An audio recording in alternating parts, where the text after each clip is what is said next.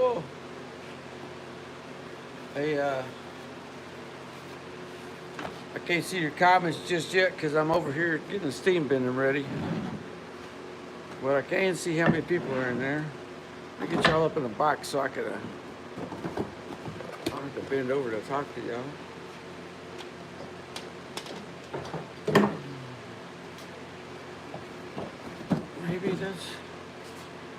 Maybe a little higher. That don't work. I want y'all to see things, so let's put you up here, maybe. Is that too high?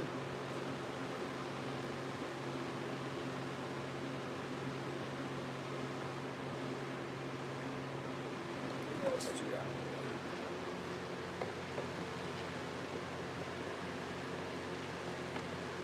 How would I do that?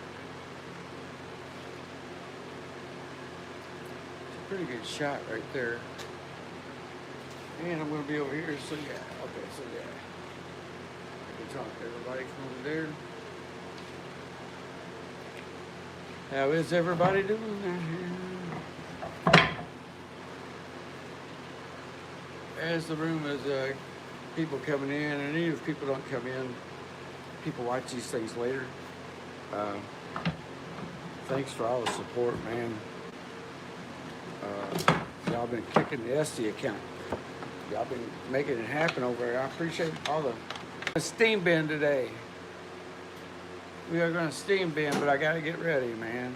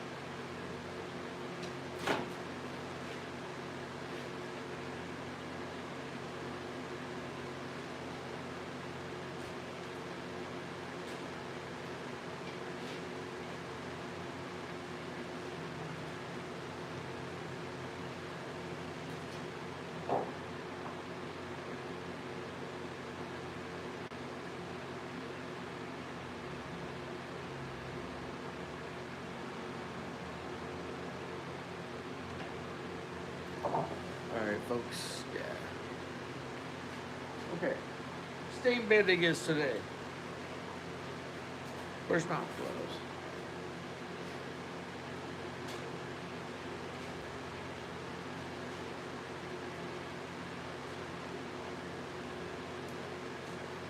Oh man, I've been so sick, man. Last night I got my ass kicked sick. I'm still feeling rough other than all the Tylenol stuff.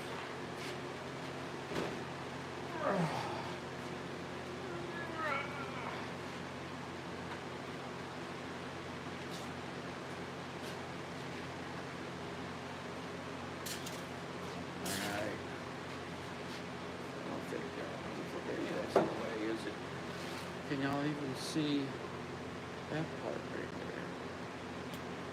there? Okay.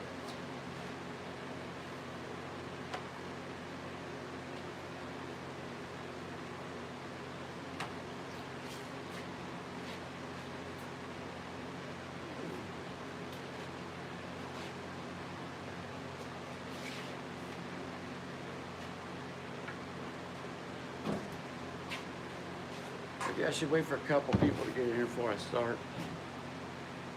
Yeah, I'll wait for a couple people, man, because the stream got interrupted.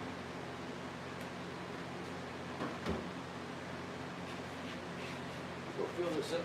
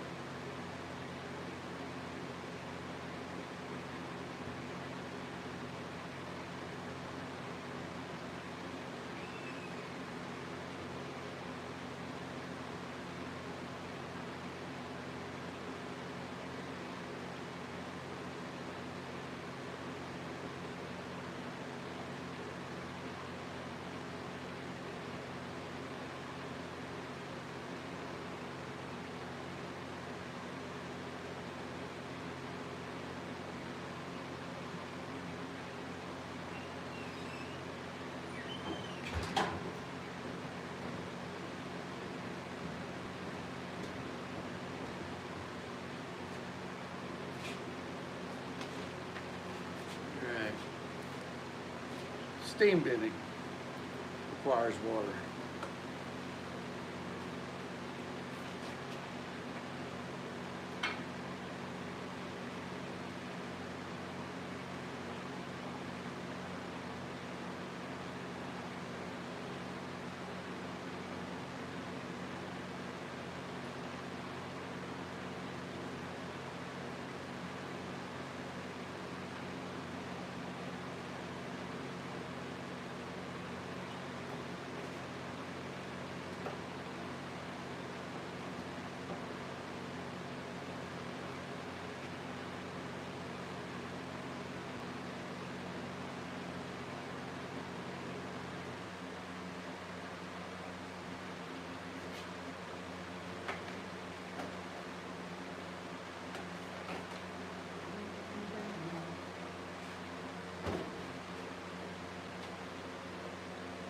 Alright, steam bending.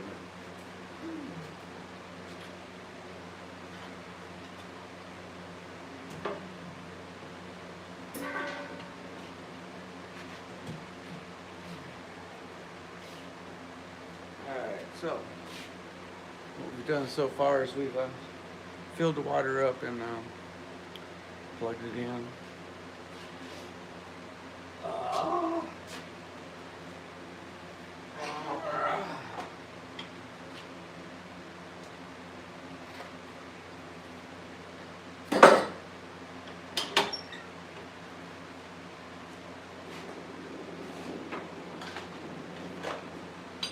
Fill it up and plug it in. You don't know where to begin.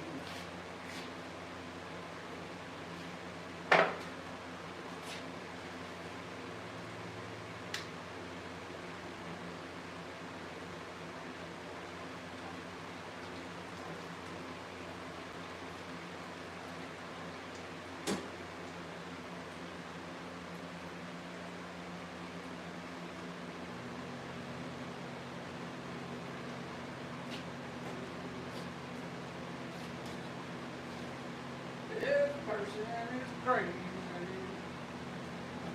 but she ain't lazy, oh baby,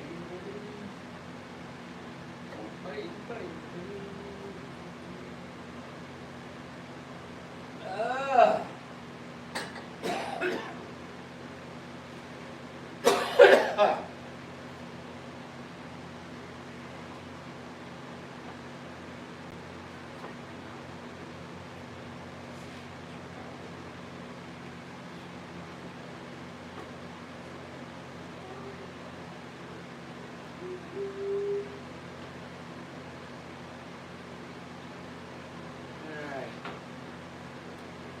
Don't do any of this at home. It's dangerous. Blah blah blah blah blah blah blah.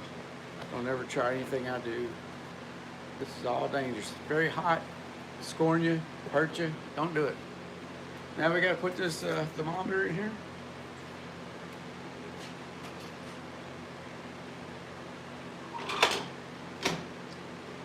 And we let that set and cook like it's like a roast.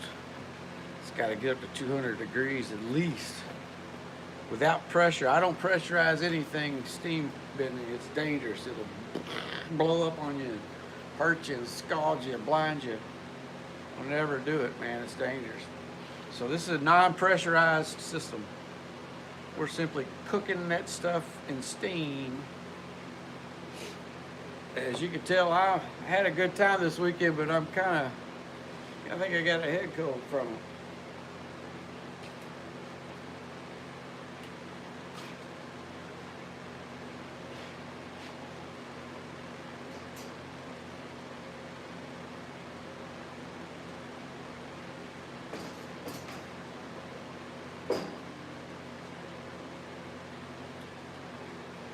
I'm not going to do much multitasking today. As we wait for this steam, I'll just sit here and shoot the breeze a little bit, man. It's going to take a while. Maybe we'll find something else to do. Watch. Boy, look at that, man. You talk about curly maple. Look at that curl on that stuff. Woo! Isn't that beautiful?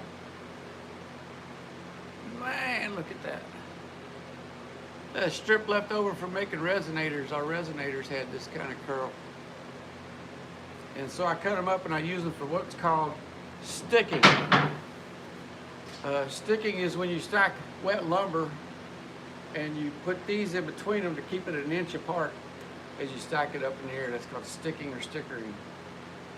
And so I take the leftovers and I try to use every bit of leftover I can out of this shop. Man, I had a good Saturday night, man. I went to that Menards place. Y'all ever been up there?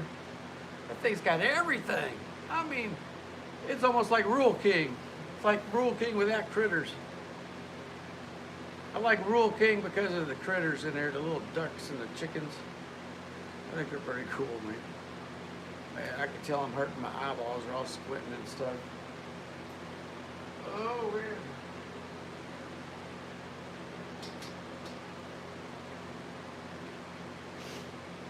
So yeah, this is steam bending. This is the exciting world of steam bending. You sit here and wait, and you wait. And even then, half of it's going to break. If y'all watch the whole thing, you'll be amazed. I can already tell 2 pieces in there are going to break, or they seem like it. But I'm getting pretty good at predicting the breaks. Feel free to comment and text me, ask any questions y'all want to, other than my personal love life, which there's 0. So we don't have to answer questions about that. I got this thing right here, man. Look at this thing. It's a beast. Mahogany.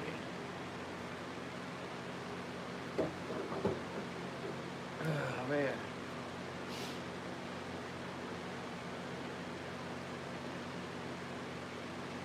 So yeah, we got it plugged in, and it takes 20 minutes to boil. Then you got to let it set for another 20 minutes while it's working. I would go do something else, but it's kind of dangerous.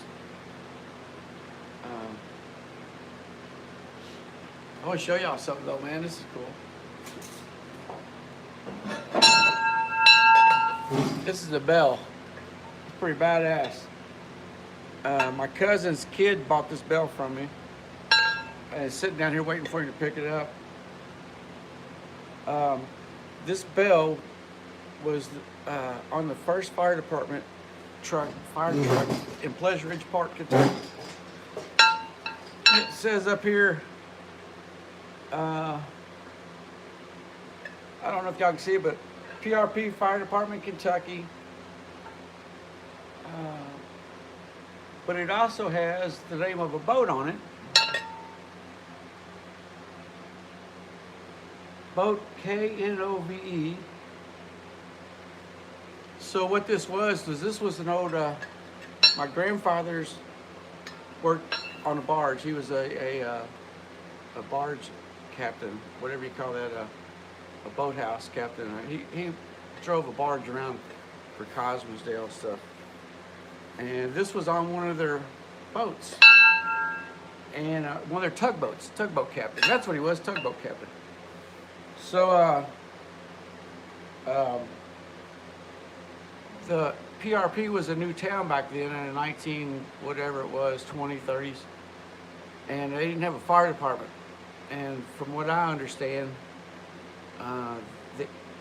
people wouldn't insure his buildings. He had a lot of buildings. He was building up PRP kind of like a town, small town, and he couldn't get insurance his insurance would have been more expensive if they didn't have a fire department, because there was no fire departments that could come out this far from Louisville. So he, I think, somehow helped get the first fire truck, and they took this off of one of their tugboats and put this on as the bell for the fire truck. That's why that's why it has a boat name on it, and it has the fire department stamped here in a different kind of text. But the boat name was KNOVE. Canove. And so after, and then my dad and his brothers became the firefighters in PRP, and eventually PRP got big, and the city took over, and they bought a new truck, and so my dad kept this fire bell. So when I was a kid, this fire bell would hang up on the porch. My dad made this bracket, and as a kid, we would be running around the neighborhood, and all us kids were wild back then, man. dude, we could be 5, 10 miles away from this house. Parents wouldn't know where we were. We didn't have cell phones. So my mom would ring this bell, and, you know, it'd sit up here and she'd go, Glenn, time for supper! And she would ring that bell. And if I was even too far from that to hear it, one of my other friends could hear it and come on his bike and say, dude, you better get home. Your mom's looking for your ass. So that's what this bell was, man. So, you know, I've been having hard times, you know, and I sold it to my cousin. Plus, I don't have no kids, and I wanted somebody in the family to take it. But this bell, man, it called me to supper 1,000 times, man. Or any emergency the family was having. This bell was, this was the first instant messaging system we had. And it had a range of about 5 miles on it, man. But yeah, this bell. I'm glad my cousin's kid took it and kept it in the family. My Aunt Mary, she I don't know if she even knows, she's a big fan of my grandfather. And, she probably doesn't even know I sold this to her. But she'd love that, man. Yep. Used. They got the word used stamped on it from where they took it off the boat, like you couldn't use it again, you know. Went on a fire truck. Pleasure Ridge Park Fire Department. Fire truck number 1.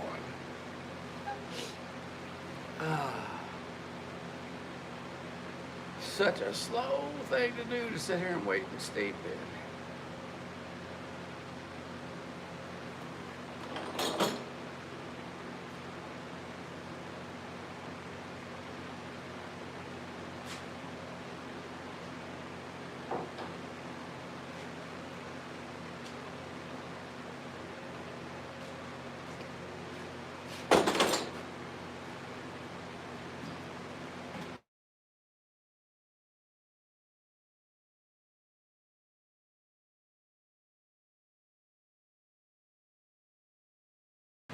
Phone call. Got creditors calling me because I'm behind on stuff, man. But anyway, man, y'all can call or go to our Etsy store. You can also, oh, I got to put descriptions in the link. Hold on.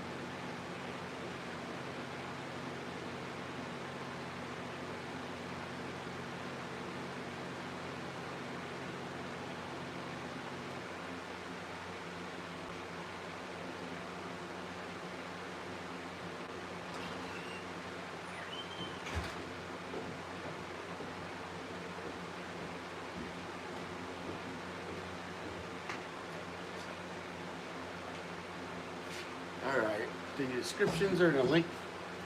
Links are in the description.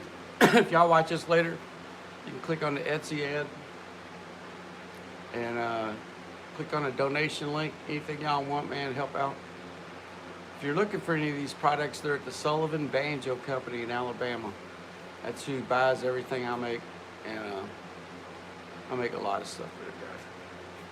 I'm also the inventor of the no glue block and peg rim.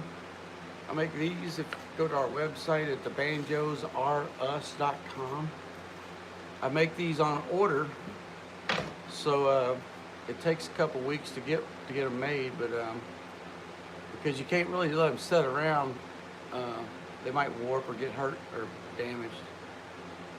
So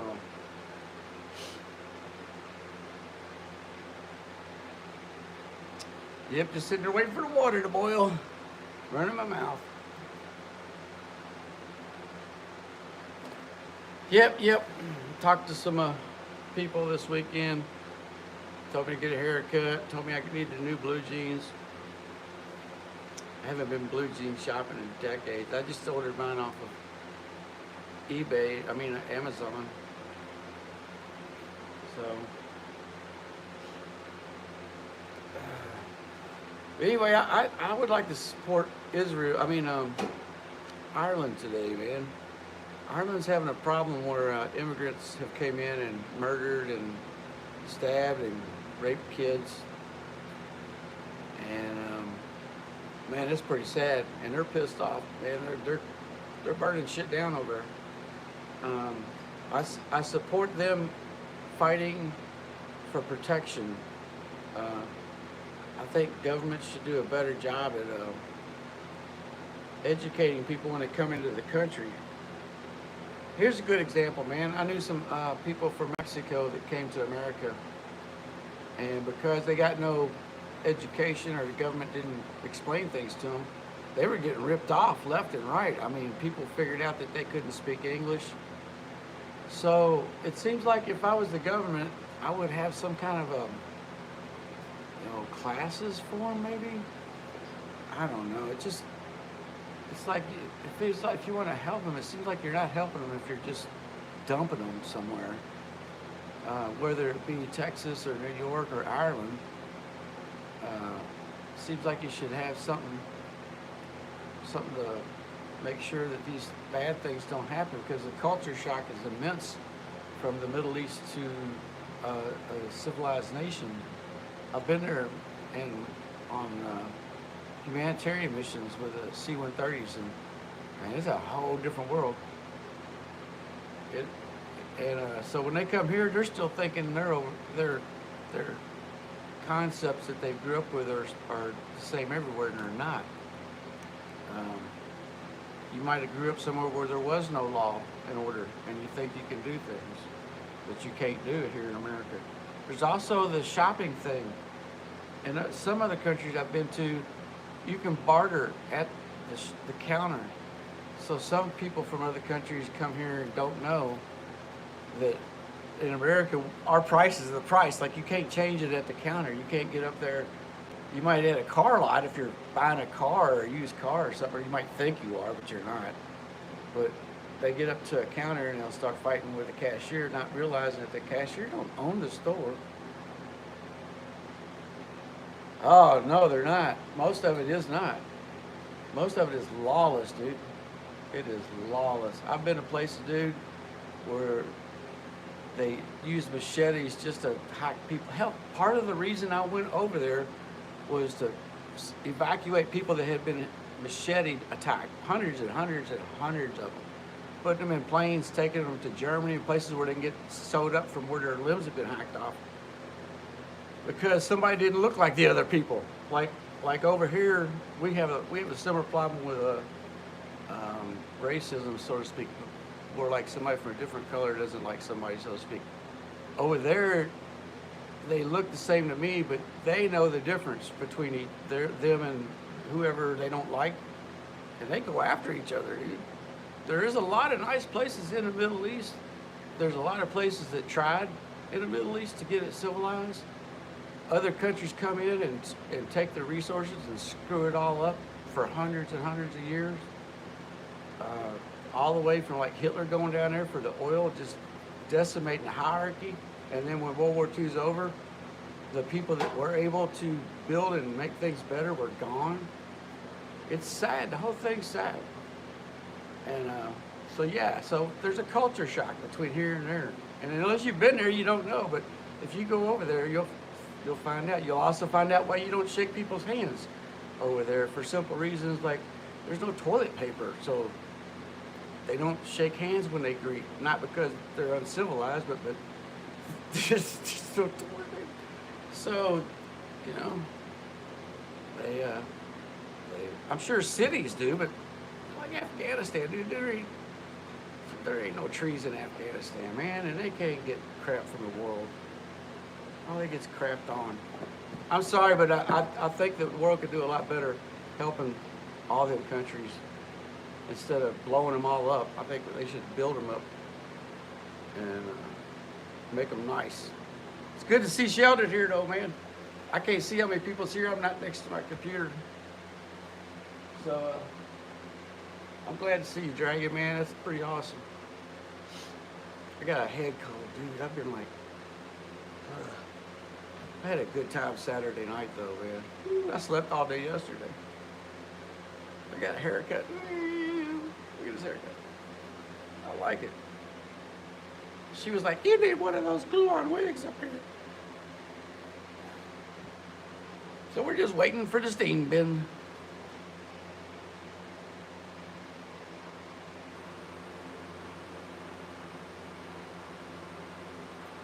Come on, steam bin.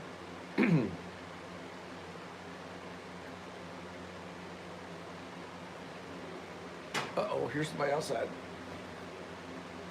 And there's nobody supposed to be outside. I'll be right back.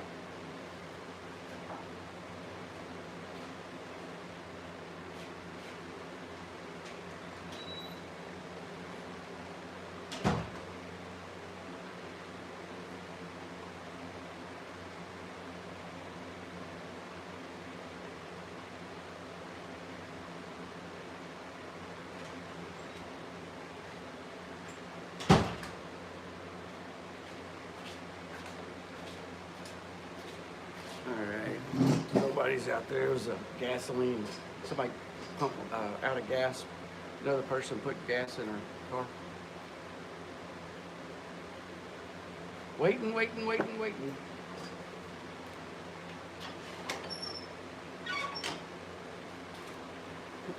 Take another 15, 20 minutes. Man, my head hurts.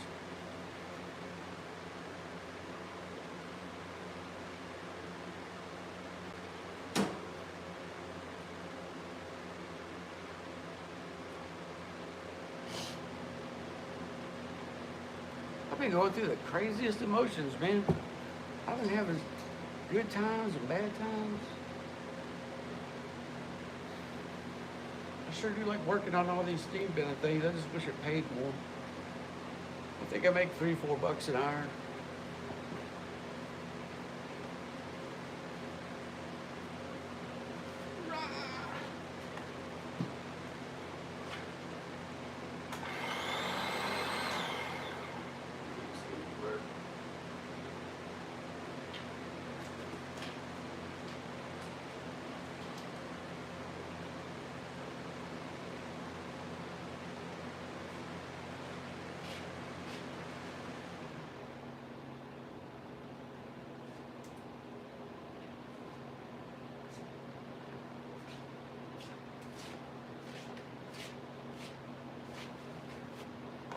The steam bending machine.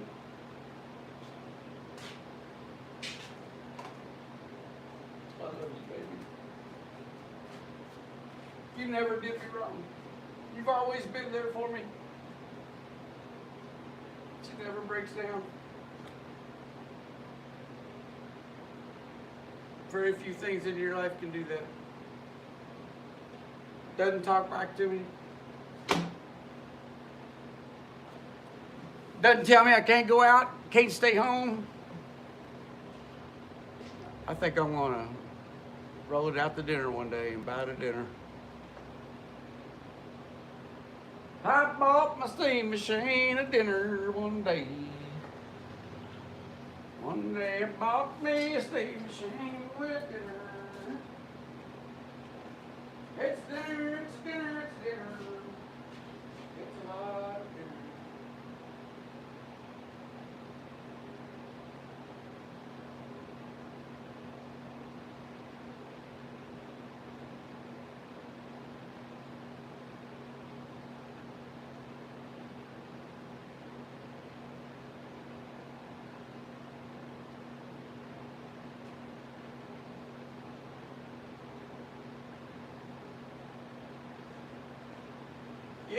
If you make a pattern, I'll cut it out. Hold on, man.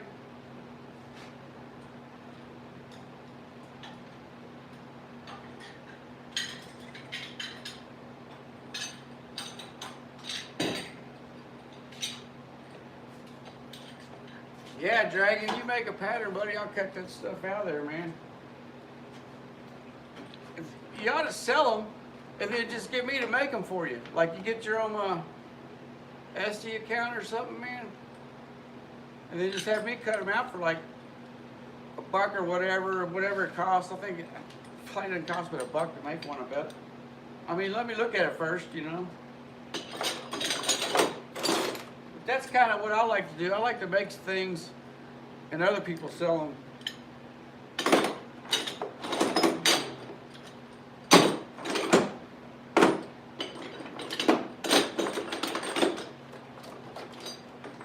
Oh, man, it's hard to work like this.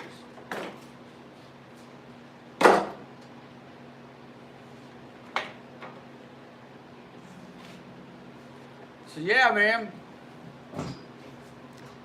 There's some females that have commented on the video and want me to buy Dwight Yoakam pants, and I'm not quite sure what that means. I'm assuming that they want me to get tighter pants because they think my pants droop or something.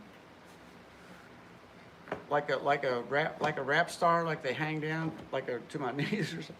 So I gotta somehow go out and figure out how that works. You've already used this mouse trap and it works, then we need to copy it. Just send me a picture, dude. I might be able to design. Oh, that's right. You got that software. You got the you've got the 2D Cut Pro, right? If you want to go ahead and do it, yeah. But if you don't, and I can always check it when I get it. If you just get it close, I can fix the rest of it, man. And I don't think the file's very big at all when you save it. I think it's like easily sendable on any of our systems. Yeah, if you're just joining us, we're waiting for the steam machine to heat up. Takes a little bit, and I'm rambling, spewing my brains. Don't forget to press like. We need likes and we need subscribers, man, because subscribers are the key to everything. Cool. Yeah, I'll take it. Don't forget, if you're coming in to ask questions, I try to see them on my phone, and every now and then I walk over to the computer because the phone doesn't show them very long. And I check and answer questions. And by the way, people have been asking me, what is COS? C-O-S? I'm COS, short for cosmic. So when you see people in the chats saying, hey COS, or asking about COS, I'm COS. That's me, that's my name. Cosmic, they call me Cosmic. And most musicians in Louisville call me by that name. I don't, it's a long story, but it's because my real name interfered with things. But yeah, people that know me from the bar scene and in the music industry, that's how I know different people. Like if somebody calls up and calls me Glenn, I know that they don't know me from the music industry or the music scene. But if somebody walks up and says, Cosmic, then I know they know what I do when I do it. I got girlfriends that don't even know what I do. Never see me do that thing. I play music and stuff. It's pretty fun. Used to. I haven't played in a while. I'm getting too old, man. If I ever play music again, I'll have to come out as the old guy that sits on a stool and plays a guitar. That'll be my next phase, from crazy hippie bands to old guy on the stool. Play my guitar.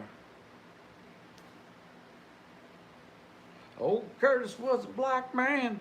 He played the black man blues. The old day old Curtis died. That's all he had to lose.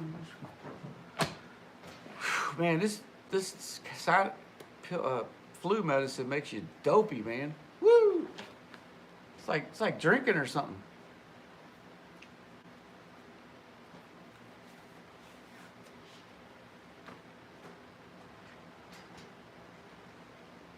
Yeah, this is what they call sit and spin.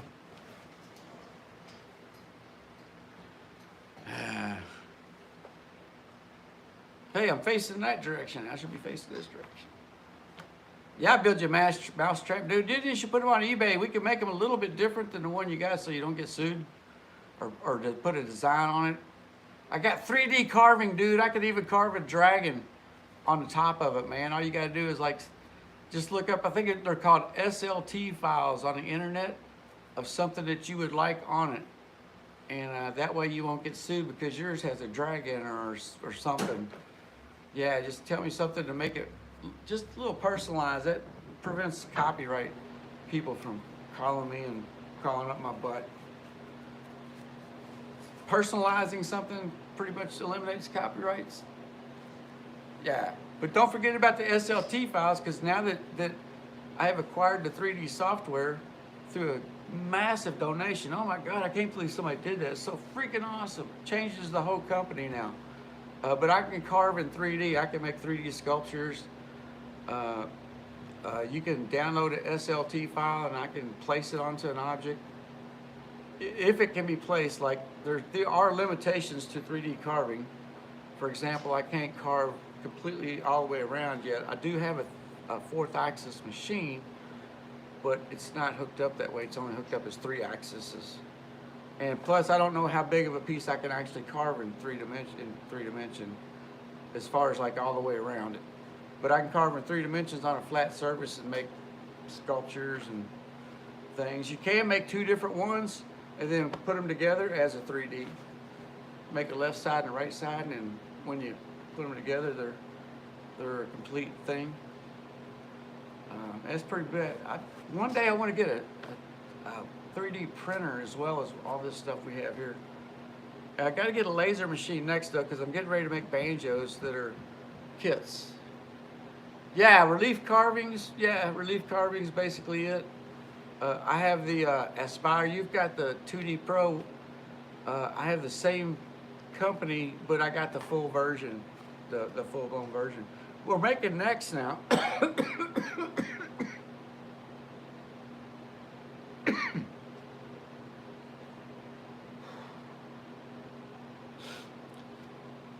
We're making necks now, man. That's the next thing. Yeah, I love them. If I have one, I make these little boxes and they sell like crazy. But if you don't laser engrave them, they don't sell at all, man. Because you can get them you can get a box anywhere for $5 or whatever, mass production. But if you laser engrave it and custom it, people will pay $25, $30, and it's worth it, man. I got some myself. I just don't have one yet, because back then when I was doing it, there was a company down the road that had like a $125,000 laser, and I knew them, and I would go down there and hang out, and they would let me slide stuff in there, you know.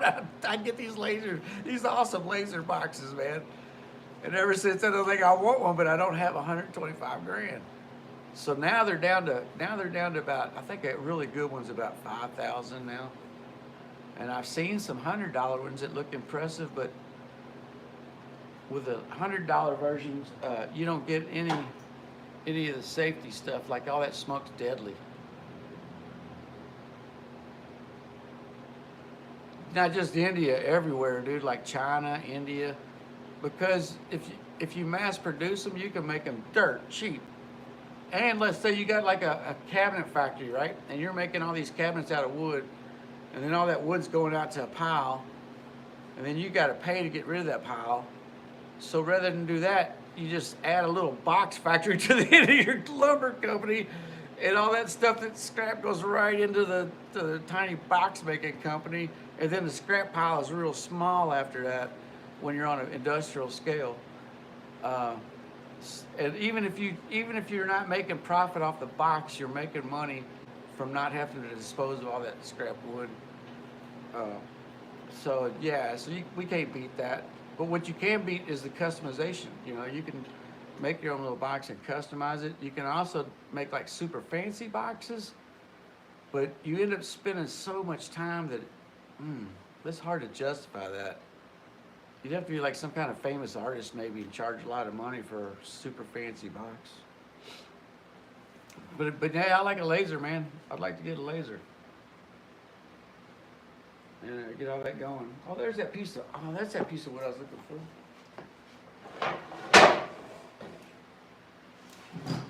Yeah. Oh, look at this. I'm getting ready to build a guy named AJ a guitar. And I've been saving this wood for his neck, man. Check that stuff out, man. That's nice. Ooh, that's nice. That's gonna be his guitar neck. I've been looking for it. It's sitting right here, but it was under pieces of scrap wood.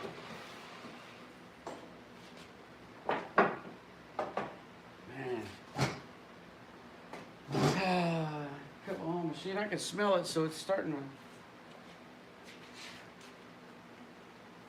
get up there.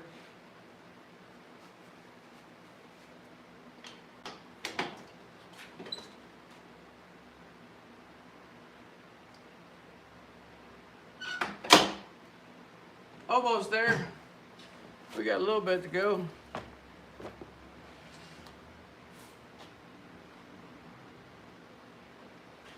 Just waiting on time. I'll go read the messages here.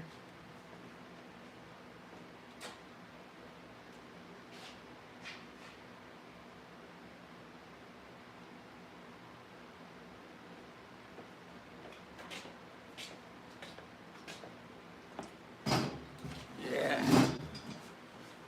Oh. Yeah, man. Almost ready. I sit here and I'm like, yeah, it's Christmas when it's ready. Man, I was so happy like Saturday, man. I finally got to go out and do some stuff. I'm like, yeah. Man, look at that piece of wood. That's almost purple. It's so walnut. That's walnut, but I don't know if y'all can see, but it's like purple. Isn't that beautiful? Can't tell because of the coating on it. Man, I got so much beautiful wood, man. I'll make you some real beautiful mouse traps. Dragon will have the prettiest mouse traps ever. It'll be all like curly maple and stuff.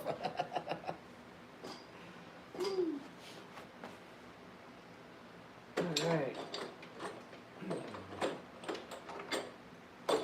Yeah, man. My mom's drinking milk out of plates, man. Paper plates, and I'm sick and I can't go over and try to figure out why. Okay, man. Thanks for coming by, man. Send me the film. Stuff on a mousetrap. Oh, my back.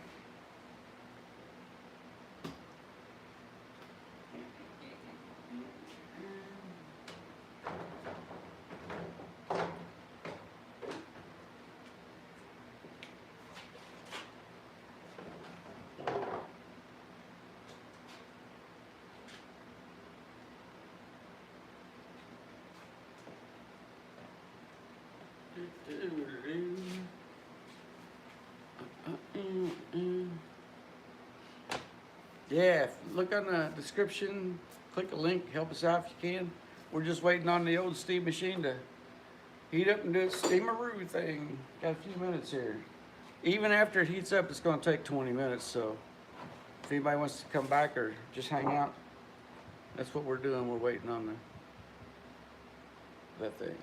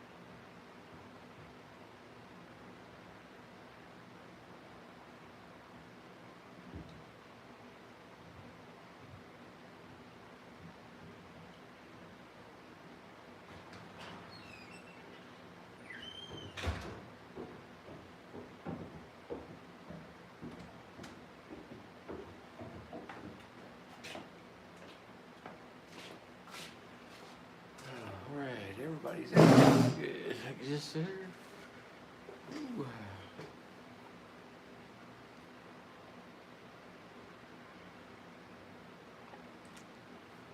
Oh, man.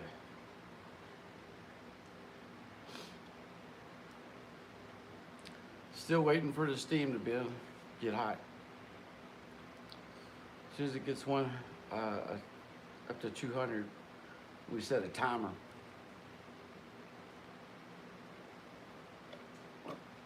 Oh, I've been slouching because I feel like crap. Slouching!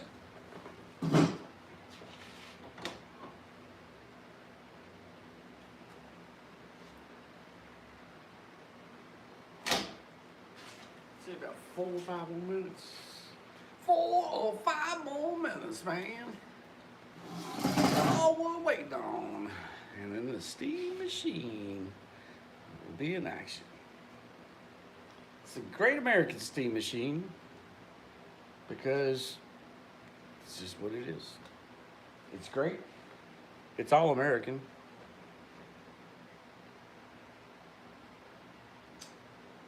Yeah, I like it. I had plans, and I still got plans to make it better, but trying to run a business and fix everything is just kind of crazy, so it is what it is. Works dandy. I like it. Probably one of the only ones you'll see operating on the internet because everybody's afraid to share their secrets, but there's no money in this, so y'all can watch but it's dangerous and there's no money in it. I'm kind of basically, this is basically a prison workshop, man. I'm stuck here, man. I can't get out. I'm stuck.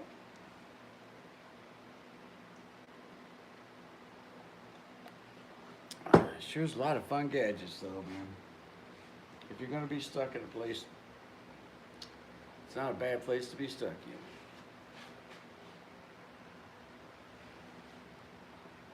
All right, it's almost there, I can tell. You see the steam starting to come off of it? I don't know if y'all can see it on camera.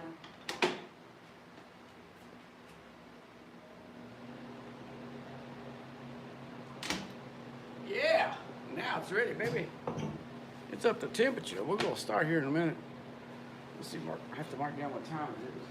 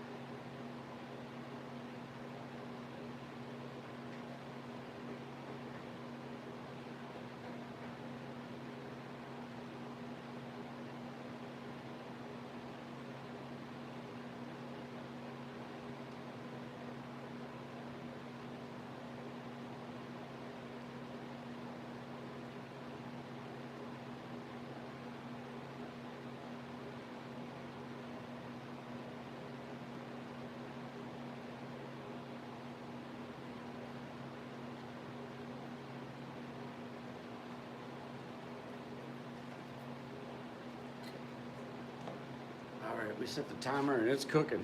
Y'all can see over here, it's ready to be timed.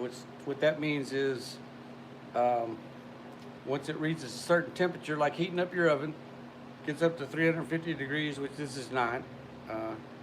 Then we set a timer to see how long we're steaming them. And we're planning on steaming them for 20 minutes this time. Each kind of type of wood requires a different amount of time and all that. Takes years to figure out and chart out the different woods. But this is soft maple, and in this machine, it takes 20 minutes at 200 degrees of steam, not heat, steam heat. 200 degrees of regular heat and it would probably catch on fire. I don't know. I hope everybody out there is having a great time. It's Monday. Got to get happy. Happy Monday. Waiting on the steam machine. Normally I'd be doing other things, but old Cosmic's under the weather today. I feel like I've been run over by a bus and a couple Sherman tanks and a M1.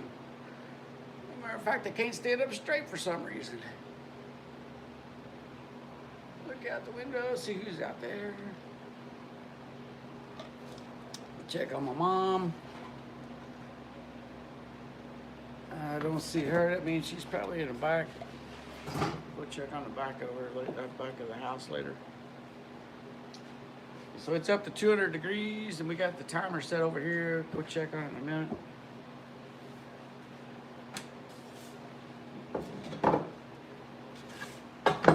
Check this wood out, man. This is a Kentucky black walnut.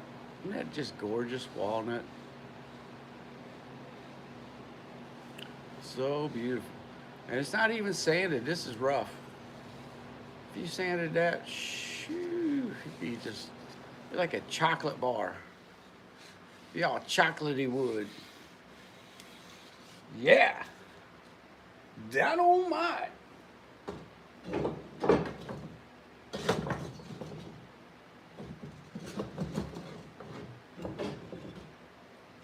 Been working on a design for a person that's like a crescent moon thing.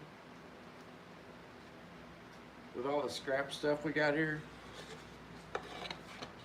They buy up our scrap. If I can do that, a couple of those for them.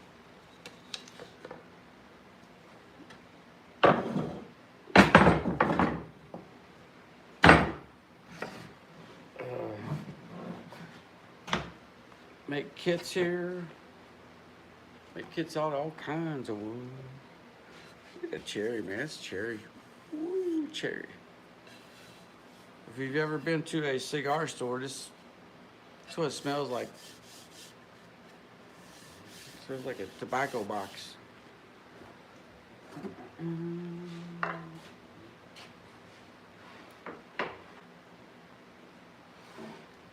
Anybody got any questions, type them in. Even if it's not live streaming, you can still type them in, I think. And I'll answer them later on. We're just waiting. I think we got another 10 minutes or something. And that thing will be ready. And we'll be steam bending.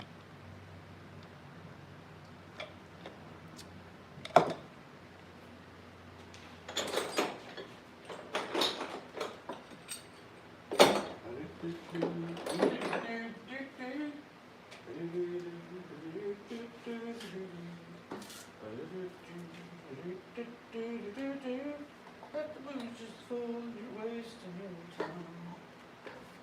The devil in disguise, you can see it in her eyes. She's telling me the devil is down.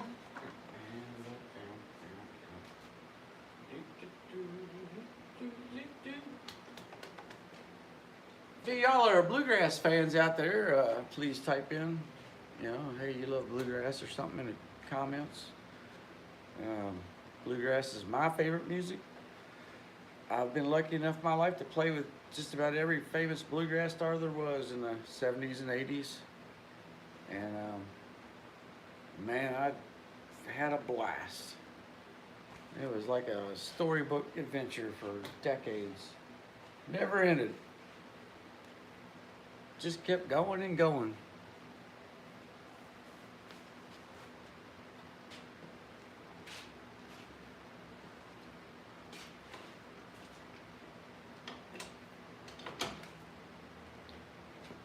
Whew. It's like cooking a souffle. You gotta put it at the right temperature. Right temperature, right time.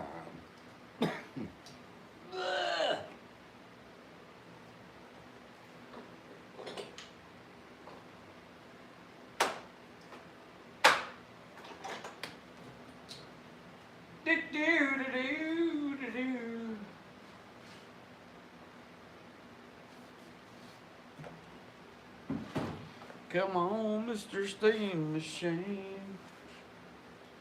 Bend it all up happen. There ain't no doubt it's a steam machine.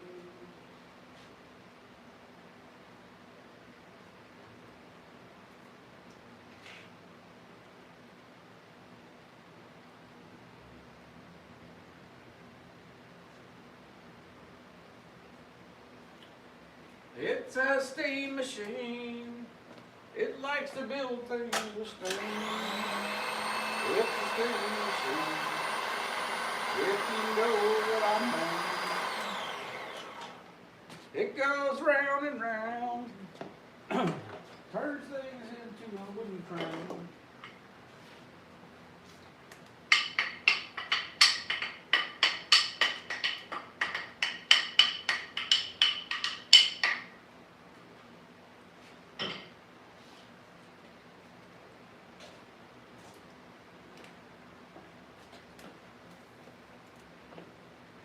Yeah, it's supposed to be pocketed mother of pearl today, but I kind of taken a day off. It requires such precision, and I'm just not with it today. I'm just not.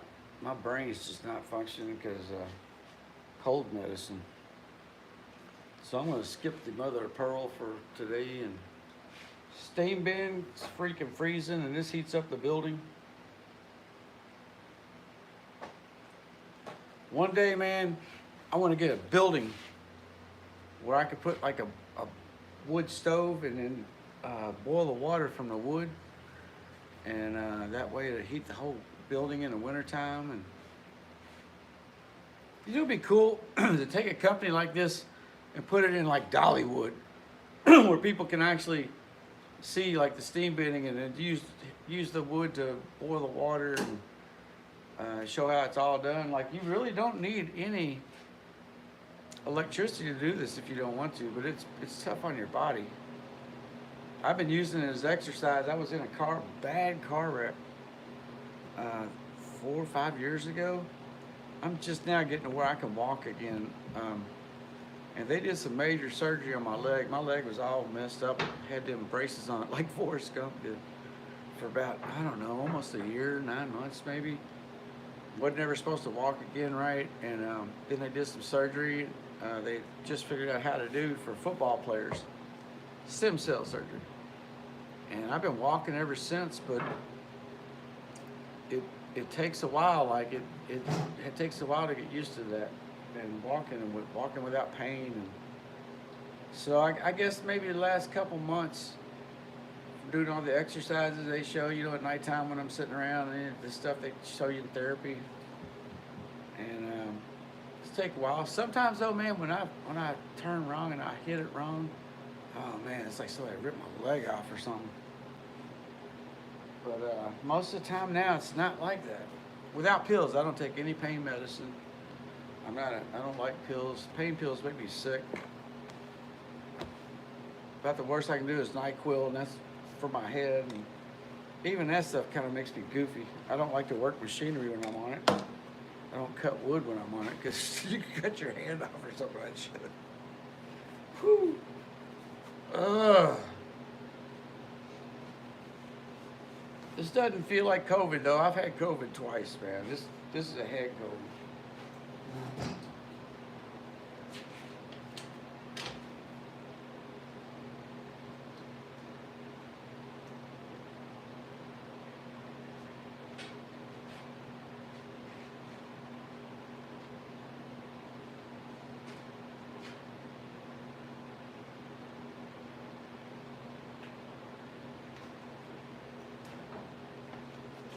So what we're doing is we're waiting for this to cook this stuff.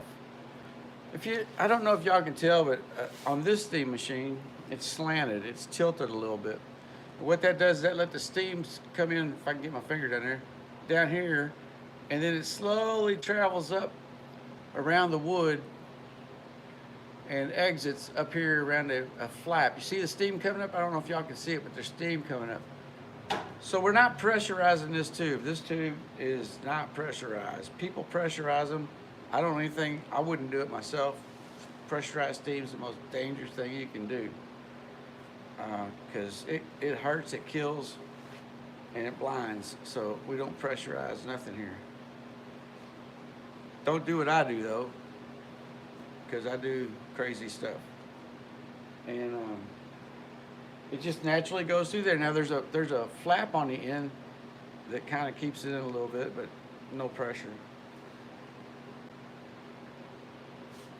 We're also doing this to kill all the bacteria in the wood, so that when you bend it, everything inside of it is stable.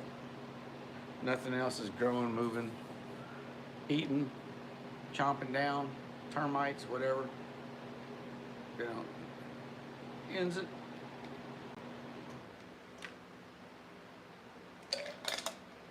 Sorry I'm not such an exciting person today. I'll be back to my normal self in a few days. I shaved, man. I gotta shave again, man. Be like in the military. You need to shave, man. Shave that gizzard there, boy.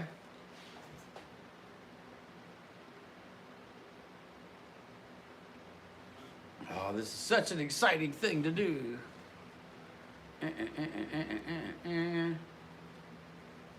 It's so exciting.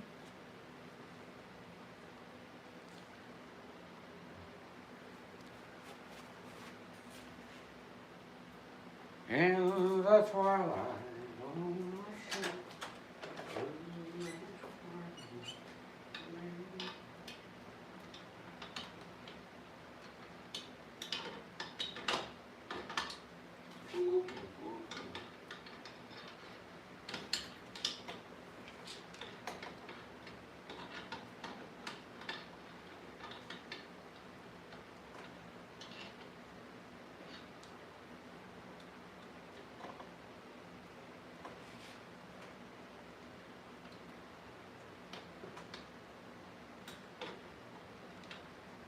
Ah, there it is.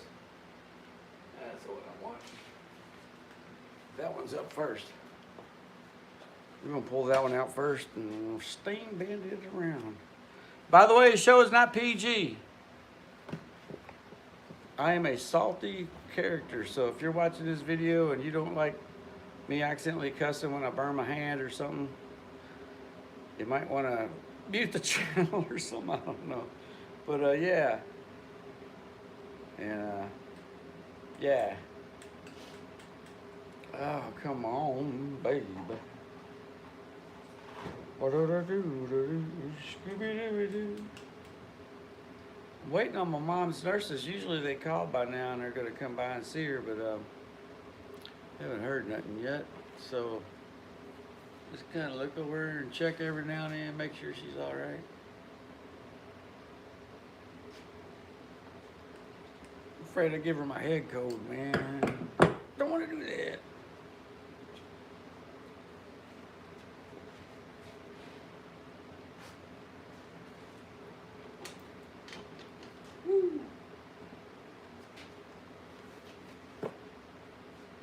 You know, the whole time I'm doing this macho, I'm also watching this boiling thing right there. Because if that thing runs out of water, then it could burn the whole building down. But I have never ever let that happen. And you never put water in a boiler, ever, for any reason, unless that sucker is cold, cold, cold. Because if you put water inside of a heated system, it'll instantly expand, and if it's hot enough, it'll blow up like a dynamite. So you never put water in a heated container, like especially if it's got a fire to it. Fire is super hot. That's called superheated steam, and that explodes even faster than regular steam. You know what I found out? Interesting fact. When they sent the Saturn rockets to the moon and you see them taking off, and you see all that white stuff coming out of the bottom of that explosion on that rocket, that is all steam. Every bit of it, steam, water. I was watching NASA videos, I was like, what? But basically, the Saturn rockets were hydrogen and oxygen, and they mixed, and when you mix hydrogen and oxygen, you get a huge explosion, and the resulting vapors are water. So that big rocket taking off, and as a kid, I thought that was pollution coming out of there. It's just steam. Eco-friendly rockets that go to the moon. It's crazy. But yeah, when you burn, well, you don't burn, but when you combine the two, they make steam. You would think fire would never make steam, but it does. Yeah.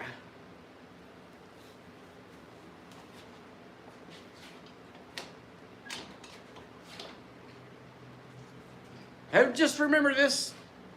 Heat only speeds up chemical reactions, not physical reactions.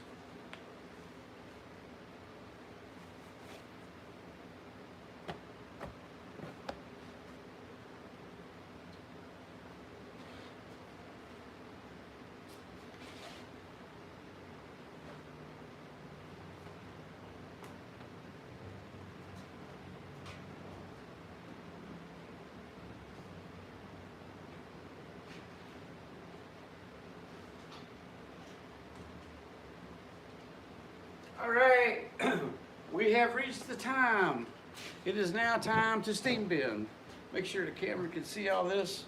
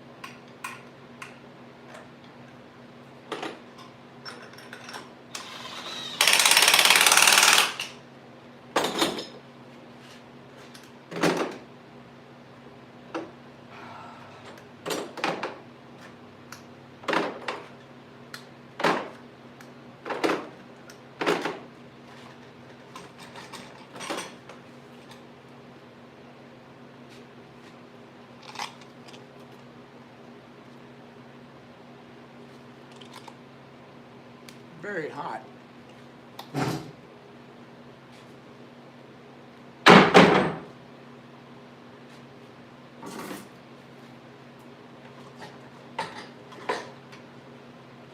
Oh man, put it on there right. Can't get that on right over here.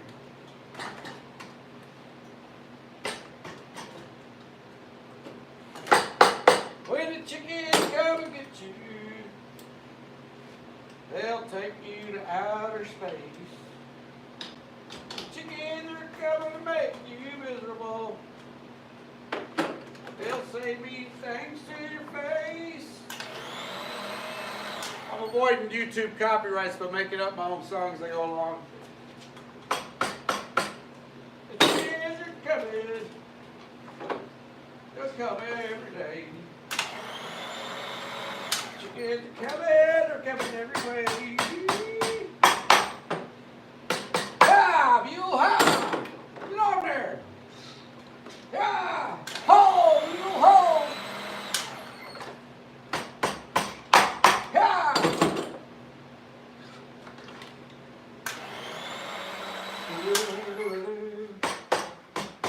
And the light is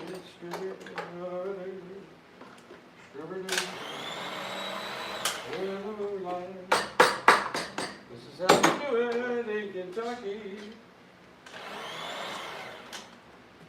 I was waltzing one night in Kentucky beneath the beautiful harvest moon, and I was a boy who was lucky. Was it all that I ended too soon? I sit here alone in the moonlight. I see your smiling face. Where did you arrive? A school.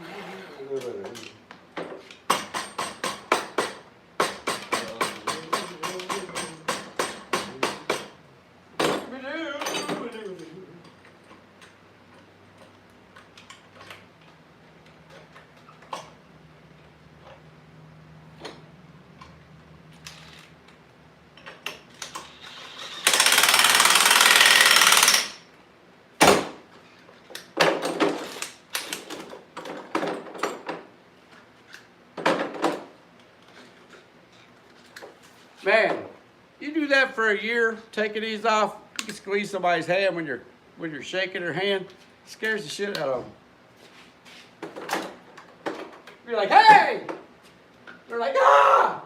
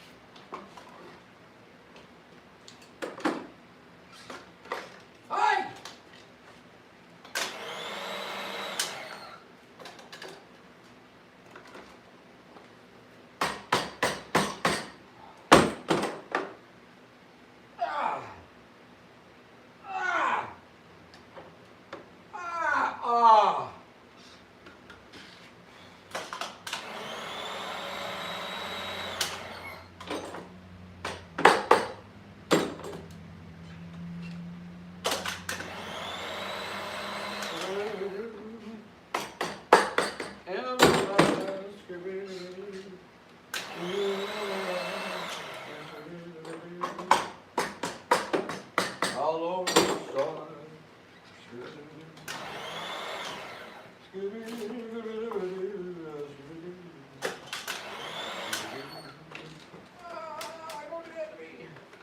Yeah, right there.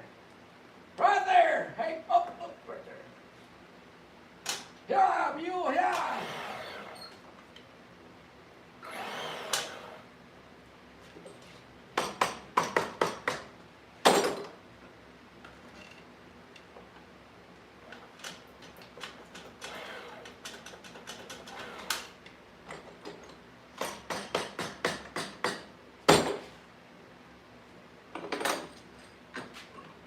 Scooby-Doo, Scooby-Doo, Scooby-Doo.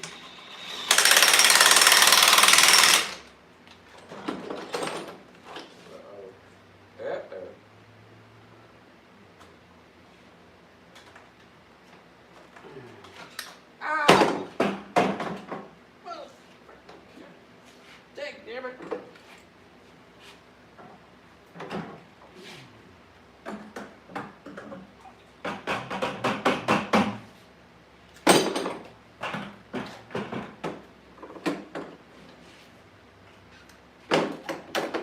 This is not a PG channel, by the way.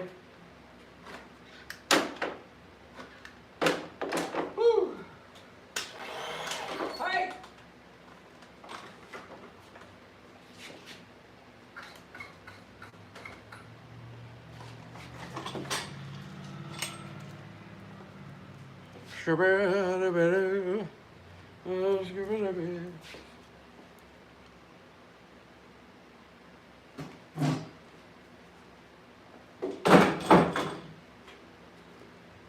man, I cut my finger earlier today right there. So when I grabbed it, it hit that cut. And it's like, yeah, it's like being shocked or something. Is that chili? Was that chili on there? Who was that?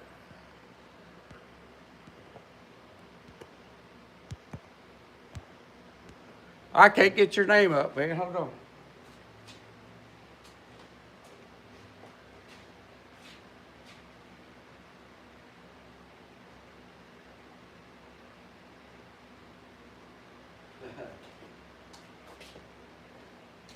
Yeah, what's up, Chili? Woo! I'm up here. I'm making circles. That's what I do, man. You know what the coolest thing about a circle is? A circle represents love. It has no beginning. It has no end. It has no start. It has no stop. It has no middle. It's just a continuous journey. That's what the coolest thing about a circle is. That's why it's so important to have a wedding ring to symbolize that your love lasts forever.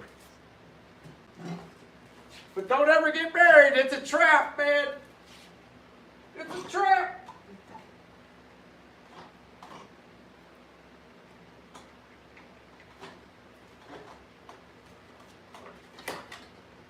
I'd like to get married someday. Someday. To the right person if they ever came along. Woo.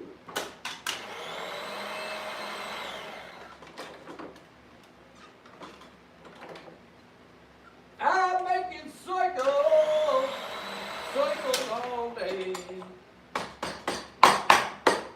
I'm making circles all night, all the way.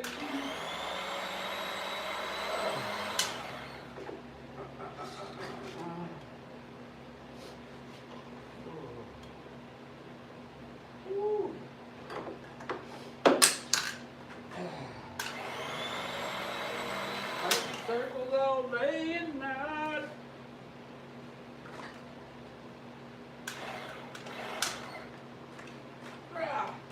Ha! Help you! Get on! Hey!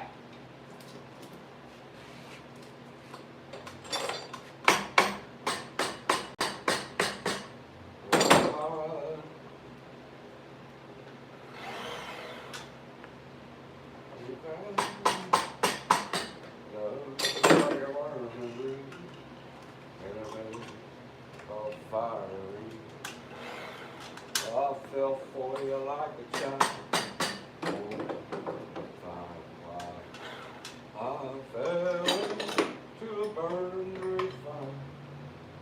I went down, down, down, flames well high.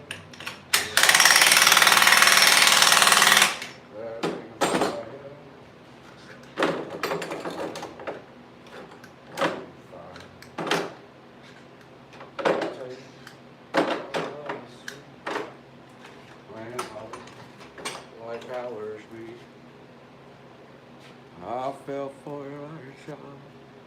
Ooh, with the fire, with fire.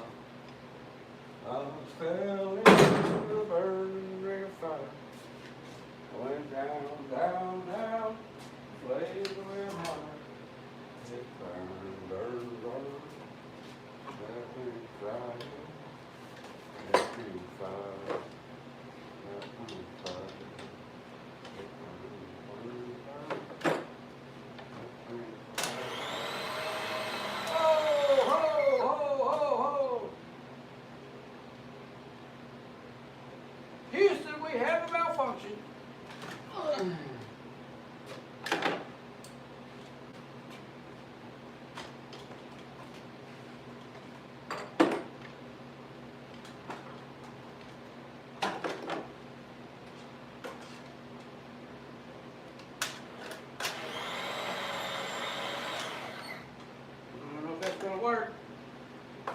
might be one of the ones that fall apart here.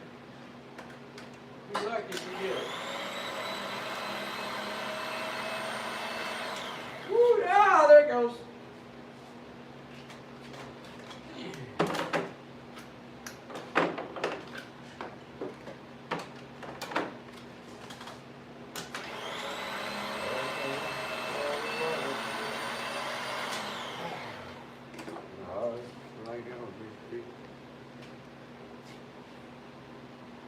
Yeah, that stuff will split.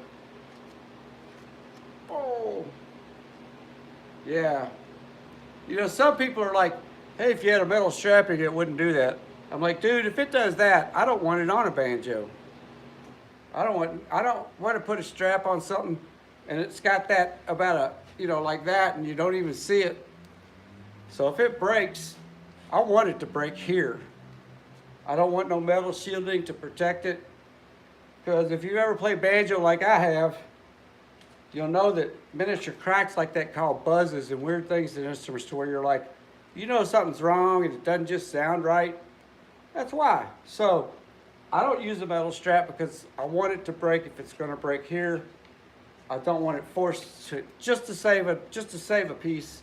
Somebody gets a crappy banjo? No, not me. If it's going to break, I want to know right now, and I want to get rid of it. That's how I roll. Yeah, baby, that's how I roll. If you don't like it, hit the road, baby. What was that song? Hit the road, Jack. Don't you go back no more. No time to reflection. Just drop off the key, Lee. Set yourself free. Oh, step off the gas. Don't need a discussion. Uh-oh, that's a problem, but it doesn't think it'll work. Yeah, it's kind of skidding out on me.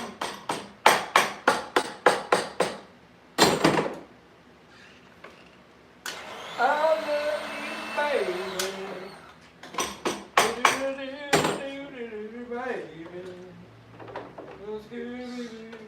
Baby.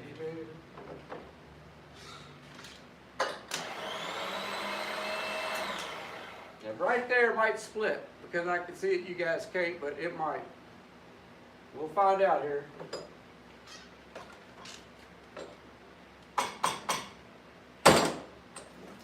Whew, these things are more difficult than the women I date.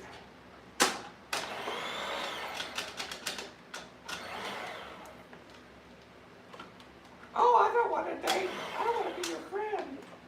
I don't think there's someone to do that, maybe. See, I've been in the movies, but I'm just not that guy. I'm not that guy. Whoa, whoa.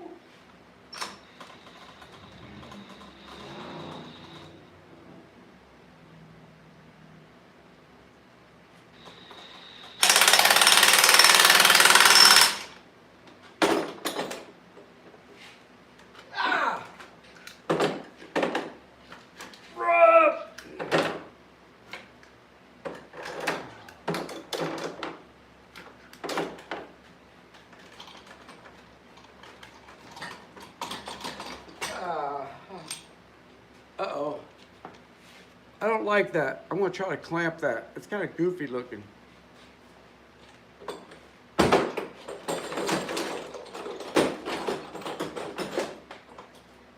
I love you, baby.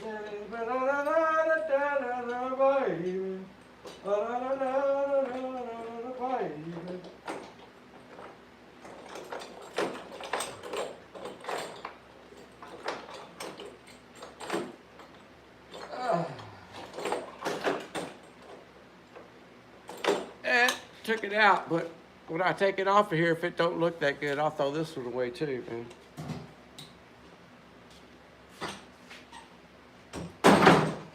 So there you go.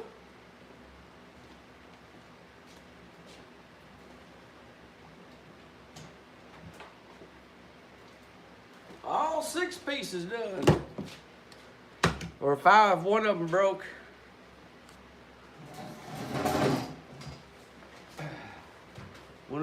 so we got to wait 6 more minutes, let it cool down, and start the whole thing over again. And then every piece of these 2-ply resonators are bent. I don't have to do nothing but go get some rest because I just ain't feeling that well. I was sleeping all day yesterday. One of my friends, she called me, or I didn't answer the phone because I was sick, laid in bed, and then she called again. I didn't answer the phone. I called a third time, I didn't answer the phone. Started texting me.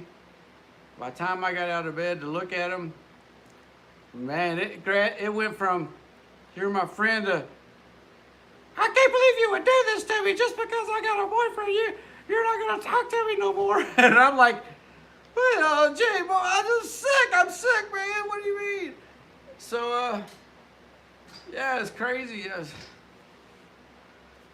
I swear I think she's in love with me. I don't know. I just thought women are crazy.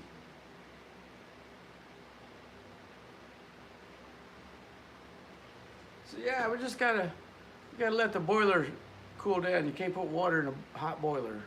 It'll explode.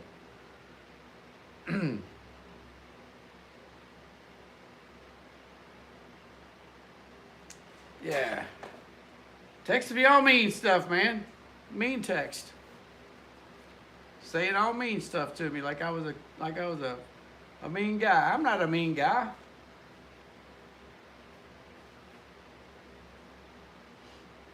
All I do is sit here and work all day. Today I'm shamming around, man. I tell you, I'm shamming. I'm literally just not doing much. I'm wore out. I am wore out. I'm hurting. So I'm just waiting. I gotta wait for that thing to cool down and do this whole thing again. And then I'm going back to bed after the second round. But we're gonna steam bend again. If y'all would tune back in about a half hour, I'll keep it running and talking, but I'm just gonna be shooting my mouth off. Y'all might see me clean up. I might clean some stuff up here. I don't know. Tomorrow we'll be back to full schedule. We're gonna cut a neck and start running more pearl tomorrow. Today, old Cosmic's been hit hard, man. I get hit by the flu, by one of my friends, a crazy other chick this week. But I'm here and I'm surviving. I better get my mom some breakfast. Lunch. Is it lunchtime? Yeah. So if y'all want to hang out, you can. I'll keep it running. I'm gonna go get my mom her breakfast bars for lunch, and I'll be back in a few minutes.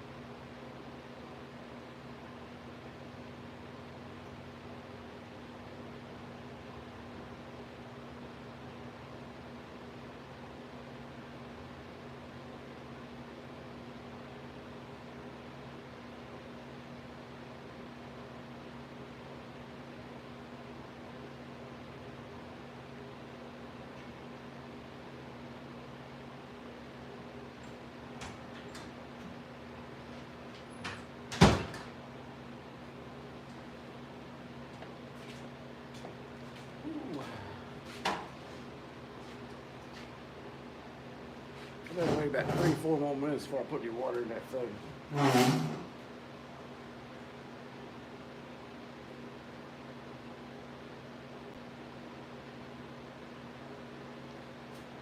Steam bending slow. It'd be cool if I had 2 of these machines. Then I could have like one rolling while the other one's warming up, and then you continuously bend until it's all.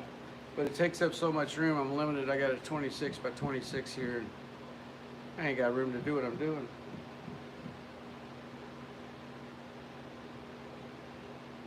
Man, I hope I make it through another round. Another round of steam bending. Dynamite.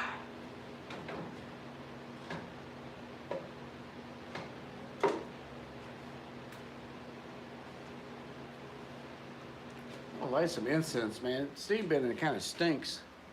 Unless you're bending cherry wood, whoo, it smells like incense when you bend it.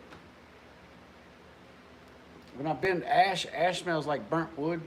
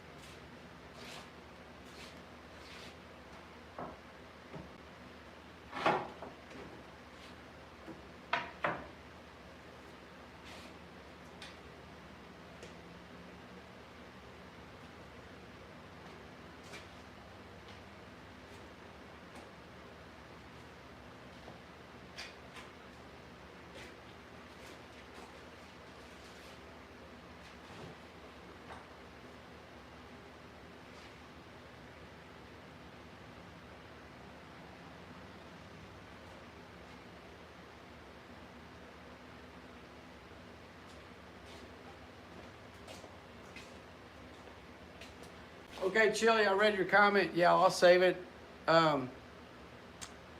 Sometimes it takes a day to get public, but when you save these live streams, it has private or public. So if it doesn't show up right away, it's because I got to go in and switch it to public. But they all save. So hopefully, yeah, I do say some crazy stuff. I'm on cold medicine, so I don't know what I said, dude. I'm sorry. But I say a lot. I ramble, man. And right now, some girls are driving me crazy, so rambling just kind of is part of me getting rid of all the emotional crap out of my head, emptying my brain out, man, from all the chickens yapping at. It's like, man, it's like having a group of chickens around you.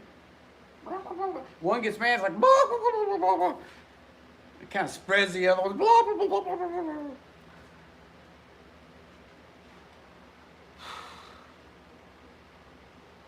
Chickens.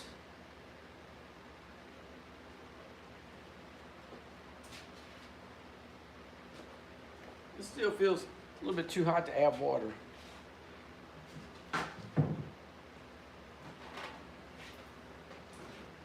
Just another disclaimer. I always follow the instructions and stuff. Don't listen to me. I'm not an expert. I don't want to get nobody hurt, so that's my disclaimer. Don't do what I do at all. If you do, don't tell me about it.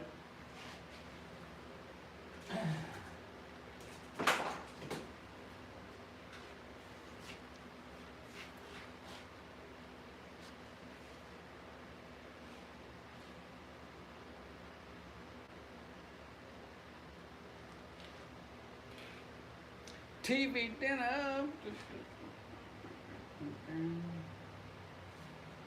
Well, I think I'll just fix me a Coke while this thing's cooling off. I'll be back in about 4 or 5 minutes.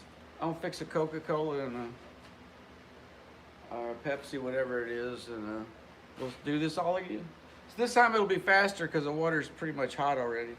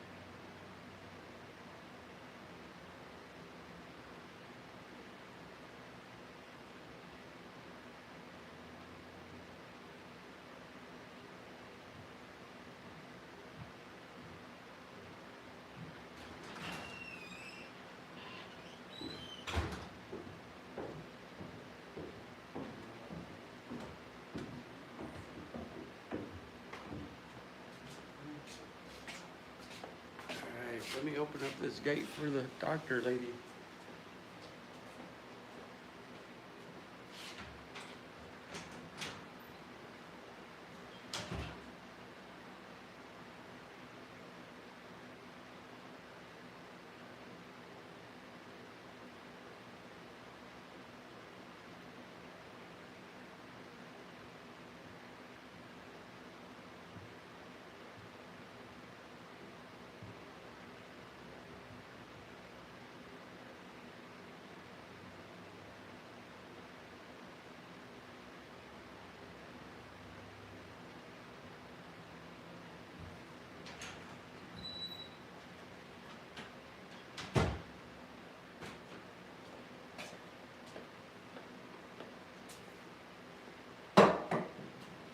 All right, so I got the gate open for my mom. My mom's nurse. I'm gonna refill this machine here.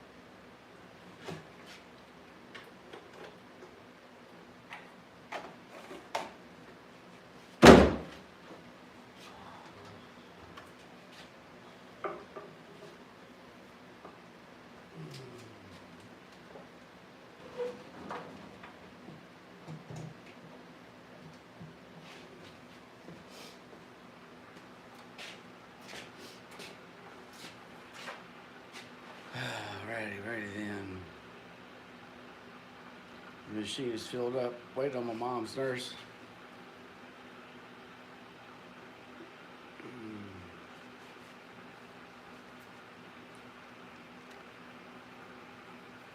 This Kojak haircut, man, itches.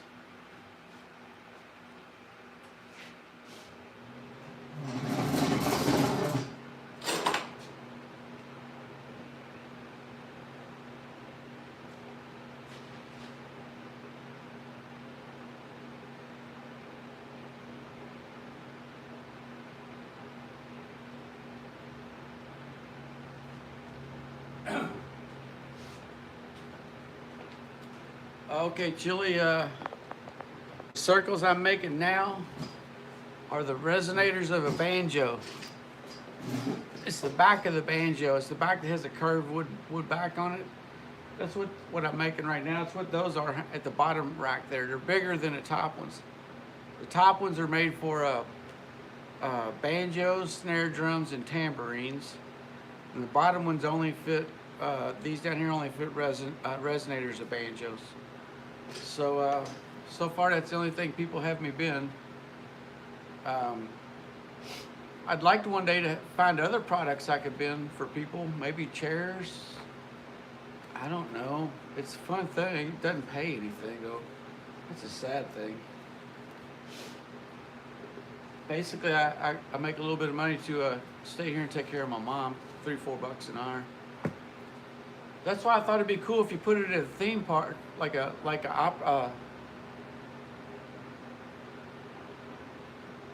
yeah, basically, yeah, it's a reflector, resonator. It resonates to the forward. There's two types of banjos, basically. There's an open back where all you have is that top ring. That's all you got on it. The whole back's open. When you turn it over, you can see all the way to the banjo head. And then you have a resonator banjo where there's a back on it, and the back makes the sound come out front. The original banjos that we know of were all open back, and then somewhere in the 20s, the resonator became real popular because they were rhythm instruments for jazz bands and stuff. They were basically the drum beat. You could hear it over everything. So the banjo, they put a resonator on it. So the banjo became the metronome of a Dixie band. It's the metronome. It used to be. There's all drummers now, but and you know, you could carry it around, travel with it. You didn't have to have a big drum kit. There wasn't really any drum kits back then to speak of. No, I used to do it for a friend of mine because he has all the equipment down here, but I've done them, but I don't do them here. You have to have a press with a mold, so that you put the ply in there, all glued up, and then when you press it, it comes out that shape. You don't have to steam bend that. It's so thin that 3 plies and glue and squish it, and it's a convex concave, depending on which side you're on. Shape. Oh, I forgot to put the wood in. Hold on. I'm sitting there talking, rambling.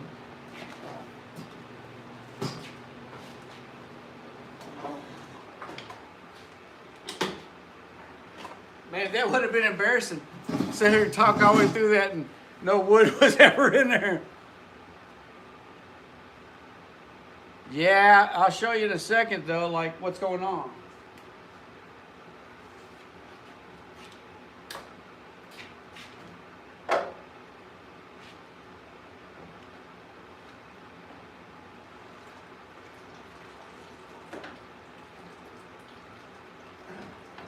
By the way, you can get electrocuted from this too, because I just obviously found out. Whew.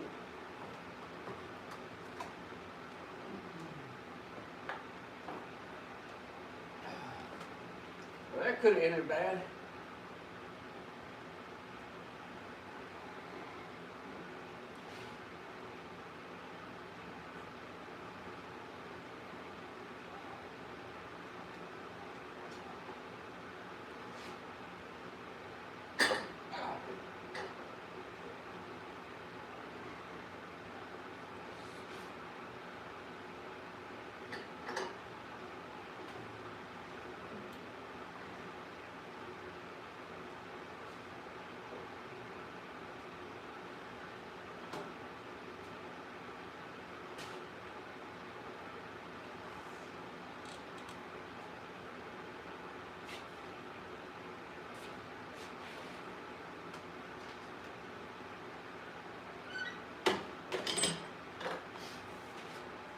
All right, so that's filled up, and I was rambling. I forgot. Oh yeah, I'm going to show you what I'm doing here. Hold on.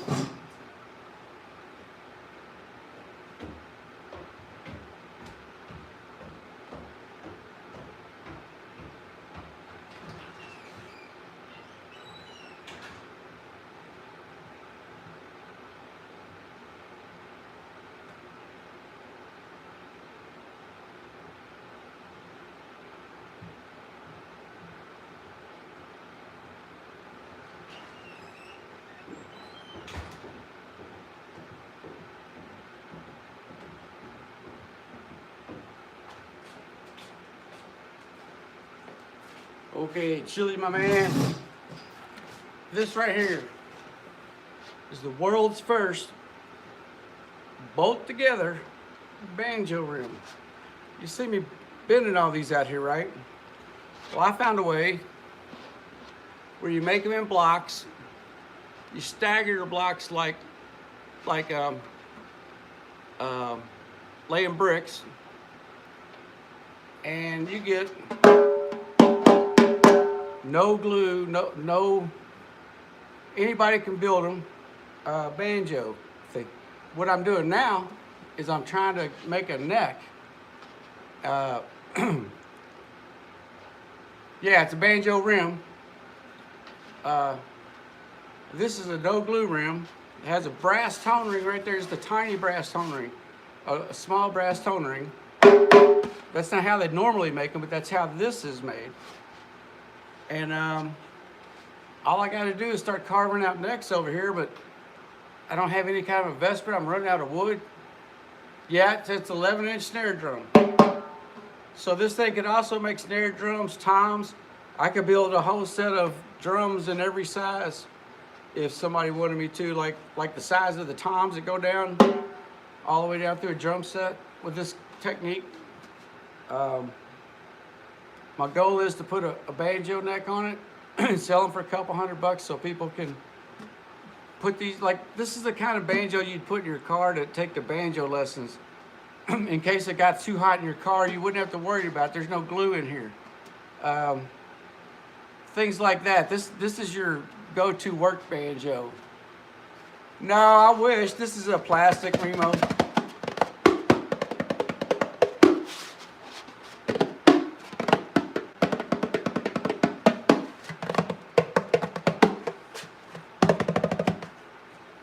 Yeah, I think it's nylon. Remo Weather King. Oh, it's backwards. This is a banjo head, but it's the same. Yeah, man, it's pretty awesome if you think about it. And it has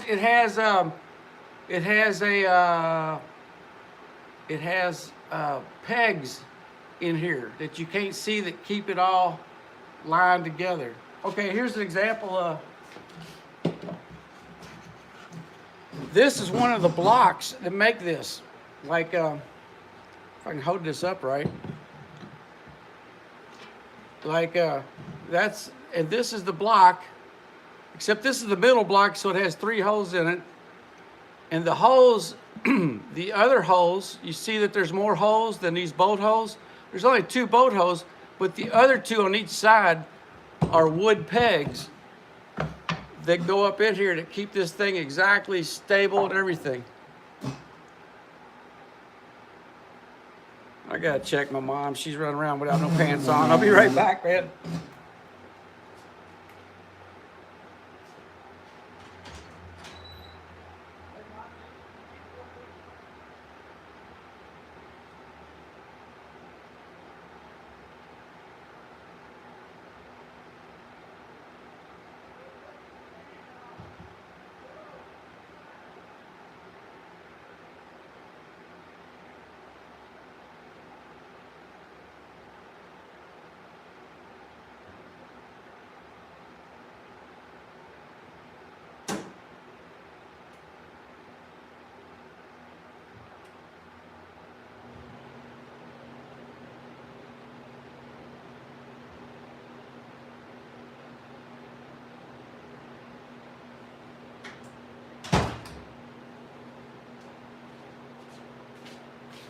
Whew, that's crazy, man. It's like 30 degrees outside. She has no pants on running around. All-timers, man. Oh, fuck. That stuff's gross. Where was I, man? Her nurse is coming by, but I don't know why would you take your pants off and go running around? Anyway. So, yeah, man, that's my ideals. I'm trying to find a few investors right now, man.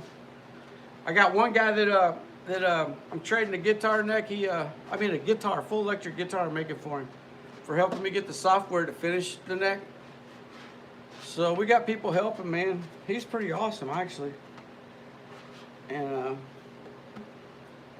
we're almost ready, man. I would like to make a whole set of drums like out of that, but I'd have to tell you, man, that it's so heavy that you probably would only use them for studio work. I don't think you could carry that much weight on the road. Not a small band anyway. That would be like, that'd be like a lot of work. But if you were a big band or a studio, you could. It makes such a clean sound without all that glue, man. It just that's hard to do, man. That's very hard to do with a wood rim, because most time wood rims suck all the sound out of everything, unless you do them just right. Like, that's why they use steam bit rims. They don't hardly ever suck the sound out of something. So usually your banjos lose the sound because of the way the neck's tightened or other things that push on this rim.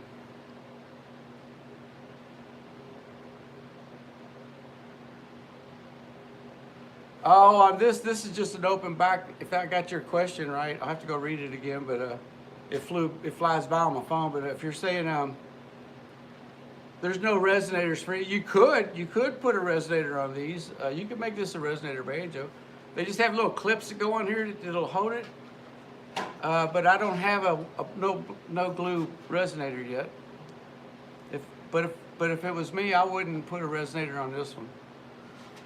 This would be my work banjo. This would be something that sounds really good that you take and you can put in your car, go to jam sessions. You ain't gonna worry about this getting overheated. For example, most banjo players that have what's called a Gibson Master Tone, that's a basically average of $5,000 banjo if you get the ones that everybody gets. They go up to 100,000 or more.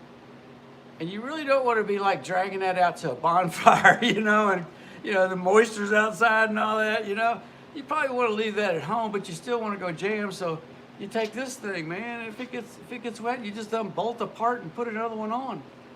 You don't have to sweat it if it gets hurt or somebody spills beer on it or whatever. It's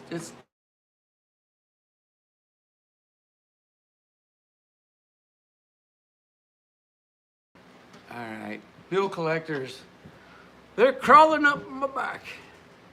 But that's my version. I do all this other work for other people, but to build a banjo out of that stuff, you need a lathe, a big lathe. It's got to be bigger than 12-inch chuck on it. For me to make a traditional banjo, I would need $100,000 worth of stuff, man. To do it like I do here, like a factory. I mean, I could sit there and do one by hand, but that wouldn't take forever. Oh, well, I'll be right back. I'll go get one. Oh, got my foot caught in this freaking, I am not having a good day. My foot got caught in a bolt right there. Let me get a resonator, man.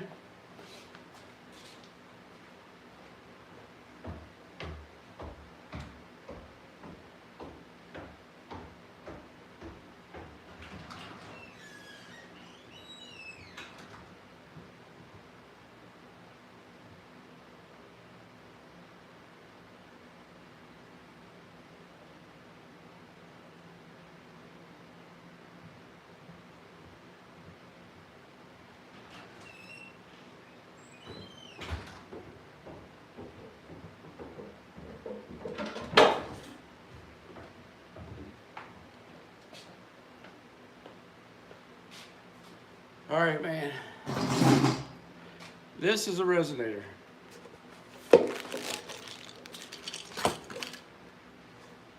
What I make is this wall. This is called a resonator wall between these two white strips. I make the wall. The resonator goes on the back of the banjo, like that.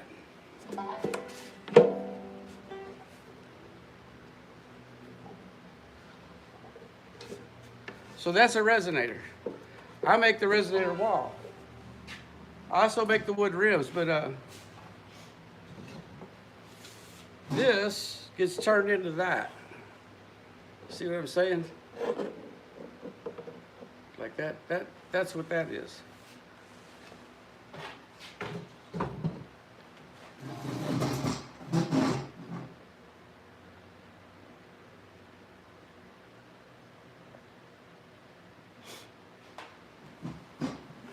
Yeah, so you got a resonator.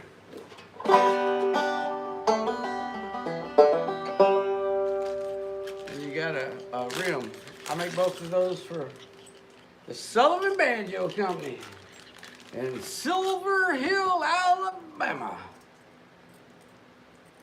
You need some awesome banjo parts or if you're a factory man, he can make your factory stuff, he can make your regular stuff. He can upgrade. He's a banjo genius.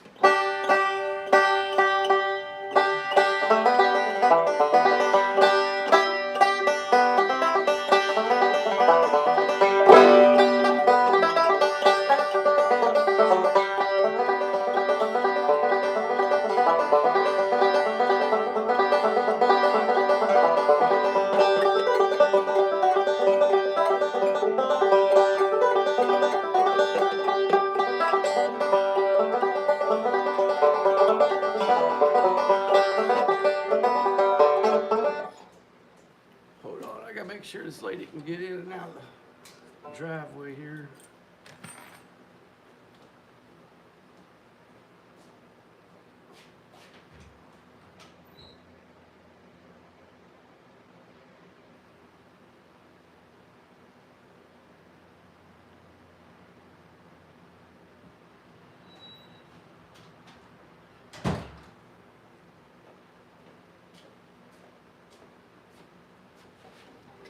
I keep getting these messages for this phone, trying to stream, and I keep getting phone messages and stuff.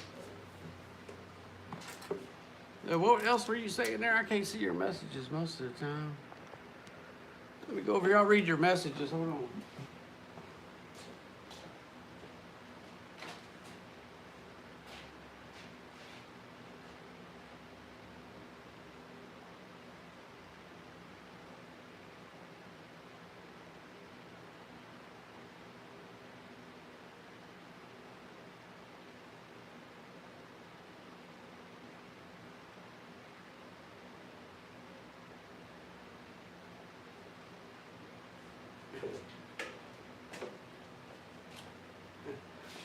Yeah, a lot. You damn straight lotto money, man. I tell you, dude, a Sullivan Vintage 35 is probably about $4,000 or $5,000, man. Whew. And they sound it there, love it. This is about a $500 banjo I made to test out my. It's a block rim that I was showing you there that bolt together, but this one's glued instead of bolting. So I make this to kind of goof around on.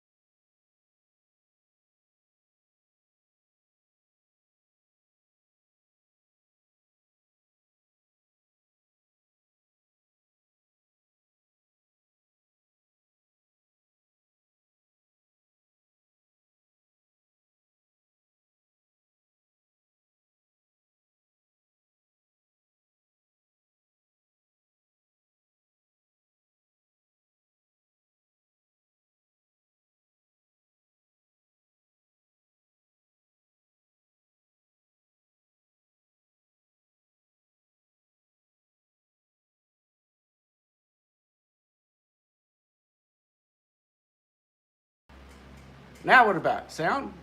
No sound. Yay, nay.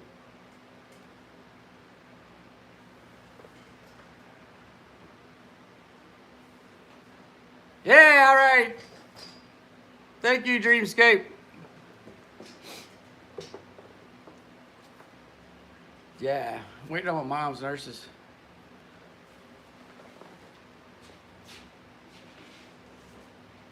Okay, so as I was saying before the sound went out, this is a resonator for a banjo. It's one I made for for demonstration purposes of working down here. And I make this part, this is called the wall. And we call it reso for short because it's a resonator. So we say reso, R-E-S-O. And that's because we make so many of them. If you say resonator so many times, you just like, it's a reso. Yeah, it has a curved back. What most banjo players don't realize is this is the most important part, believe it or not, one of the most important parts. That the harder surface you put on here, the louder and more beautiful your banjo sounds. So if you put a lot of lacquer on here, you go out to heat, your sound goes away because it's all soft. And if you put like enamels and things like that in here, or epoxies, this gets super hard, and then your banjo's got this super loud sound, but most people don't know that. But if you get a chance, find the hardest epoxy, whatever you can find, and make this painted with whatever that is. Like, that's what I would do if I ever get to build banjos. But yeah, you gotta have a lathe big enough to put that on. Think about that, that's almost 14 inches, I think. You gotta have a lathe that's big enough to put this on. That lathe is probably 10,000 bucks easy, man. Easy. Yeah. People have found ways around it, you know, put a motor on a big chuck and stuff like that. I guess. I don't know. I'm so old, by the time I got some of that machinery, I wouldn't even be able to use it.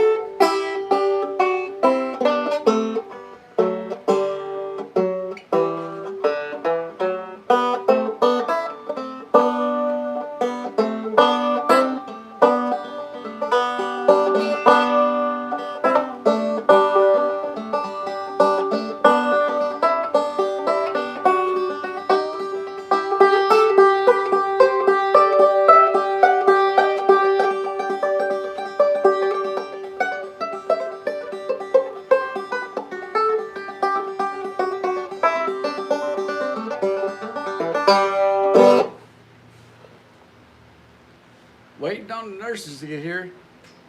That one nurse, man, you don't know if she's here or not because she's got an electric Porsche. It's like, you can't even hear it. It's like a freaking UFO coming to your house. Man, if I was younger, man, I'd be chasing her around. She's hot and got a Porsche. Woo!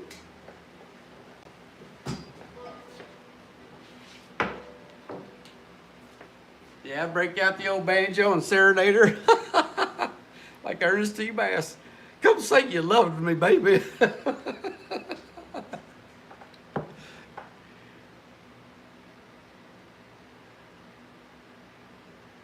Yeah, I thought about that. Like you record a V8 engine and put it in your car. In your electric car, so when you're driving, it's that'd be hilarious. They're badass. I mean, I like electric cars. I don't like batteries, man. They make the batteries out of such corrosive crap, and they're actually pretty dangerous once the film corrodes between the two different types of materials. They explode and burn. So I don't know. I don't know what's going to happen when these things get about 20 years old. You know, they're going to start having problems. Hopefully they'll have a replacement by then. Shoot, man, when I was a kid, I thought we'd have like nuclear cars by now that don't need anything but like a uranium pellet and runs for like 50 years, like the Jetsons. You know, that's what I was expecting. I don't know what everybody else was, but now I'm still stuck in a gas car. I got a really nice car though, man. I was in a car wreck, and the insurance company made me replace my truck because it was totaled, and they wouldn't let me fix it. It was too bad to fix. And so I went looking, and I found a Ford truck that had this engine called a Triton engine. It's a pretty big engine, and but they're a disaster. They had design problems with them, right? But I did some reading, and I found out the remanufactured engines they go through. Let me get the nurse.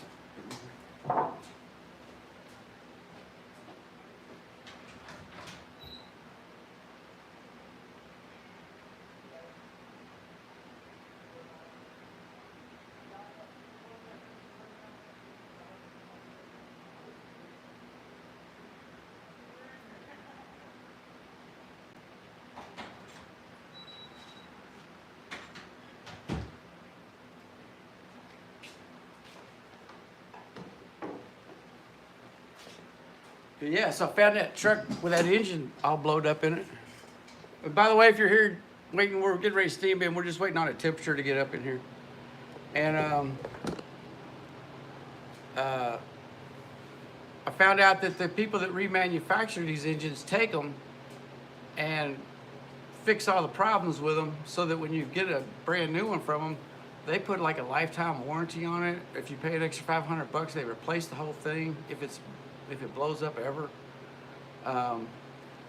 So I was like, okay. So I found a truck for $2,000, and I've got the engine for about $3,000 total, shipping and everything.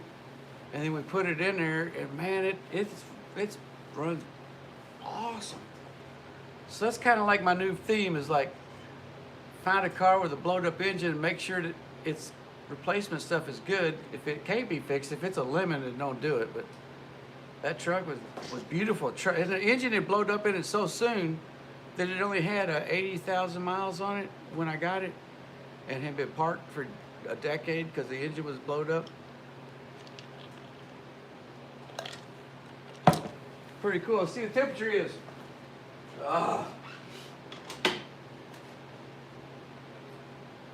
Okay, we are at 200 degrees. Ow! Woo!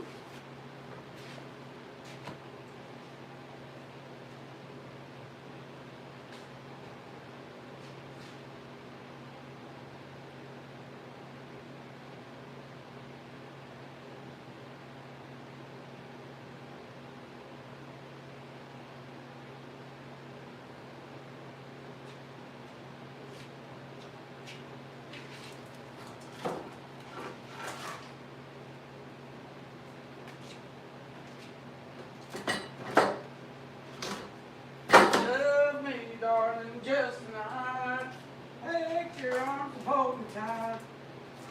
Tomorrow you may hold another. Love me, darling, just tonight.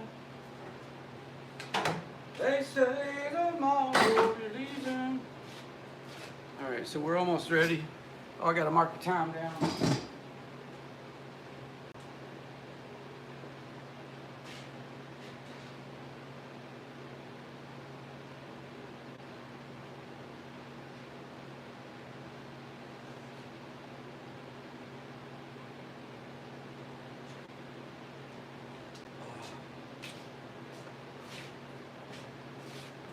So in 15 minutes, this thing will be ready to start spinning in circles.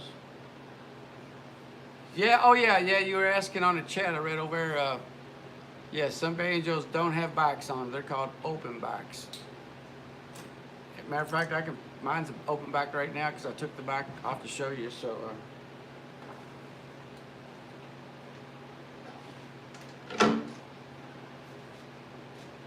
That's what an open back looks like. And they wouldn't have this ring, but they would have these lugs here. And most time people frail them. I cannot frail. I don't know how to.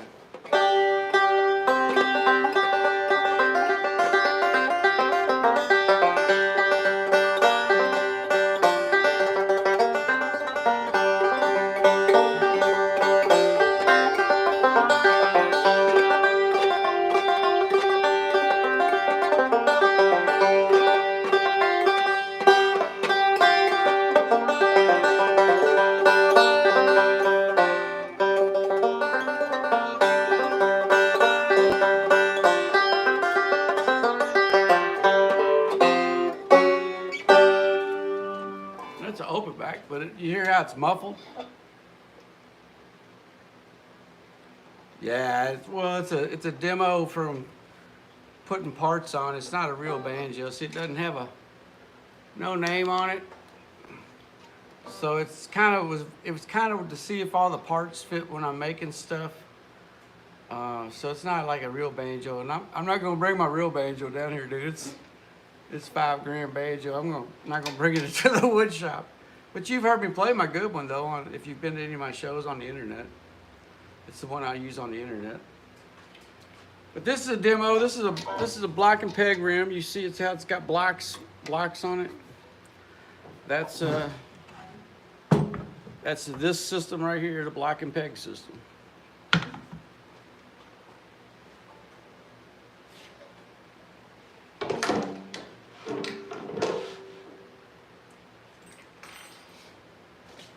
Oh man, I'll be glad when work's over today. This is the last thing I'm going to bend, and I'm going to crash after this. If my mom don't need anything, I got to make sure she's fed. The nurses are here. They'll probably come out and talk to me here in a minute. I'll warn them that there's a live stream going. But they don't say nothing bad. Whew.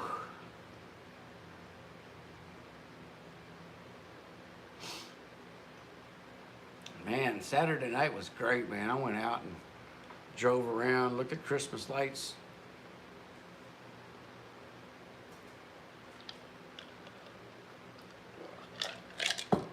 I envy people that have families, man. All I got left is my mom, and her brain's gone. I envy people with families, man, because this is a season when you're supposed to be with them, you know? You're supposed to hang out with them and remember things and eat dinners and stuff. I don't get to do that no more. So, but I do envy them, man. I was hoping one day start my own family, but kind of too late for that. That's the only choice I got is to win the lottery and just adopt a bunch of kids, man. But I would, if I won the lottery, man, I'd adopt about like 10 kids. They wouldn't like me though, because I'd make them steep bend all day. I'd like, yeah, learn your lessons, work hard, kids. You'll grow up like an idiot. That's what I'd be doing, man. Social service would come out here, I'd put them to work too. Yeah, I need somebody to help me unload this lumber. Can you come over here and help some of my kids unload that truck? You can talk to them while you unload the truck. I know he's 6. He can unload that truck. Shit, I was doing it when I was 5. Uphill both ways.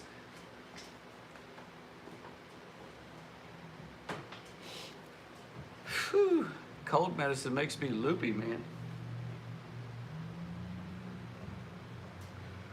Oh, been 6 more, I can go to bed.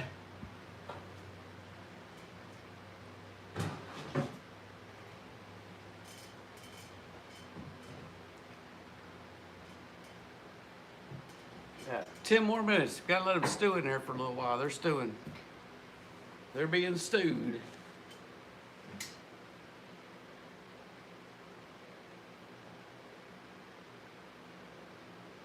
I wonder if you could adopt kids without a mate, like a single guy. Can a single guy adopt kids if he's rich? That'd be cool.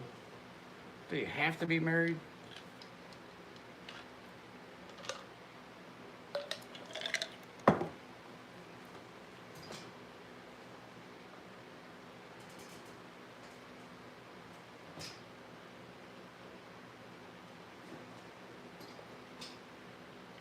Man, the computer over here's got a delay on it.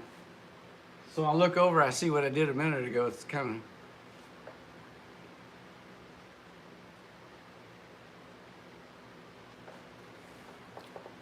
of... feels so good. I feel good in my heart. My head's messed up from cold, but my heart feels good. I got to be more honest with people here lately.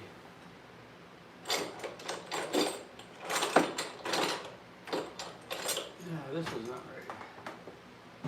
Ow.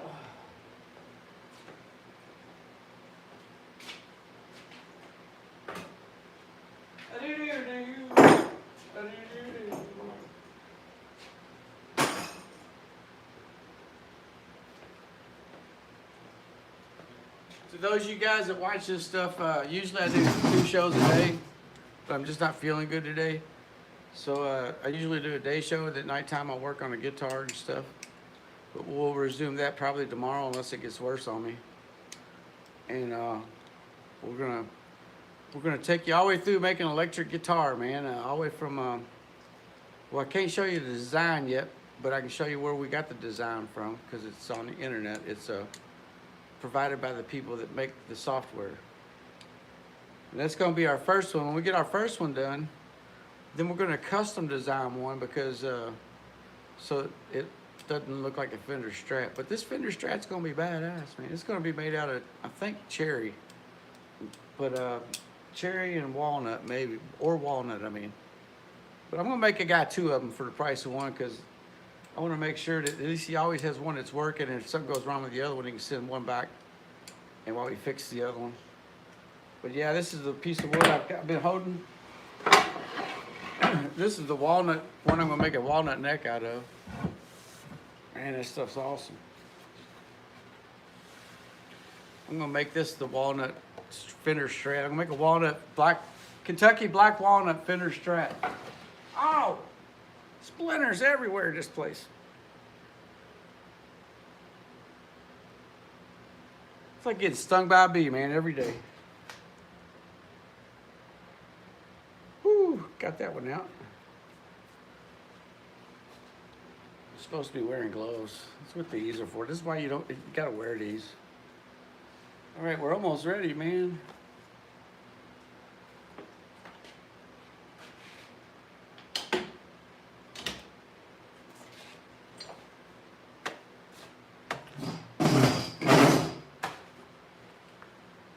I hope my mom's okay, man. She's been running around with no pants today. It freaks me out.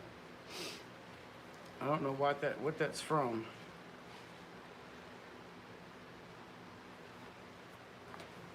Try to do her laundry, but she hides a lot of it.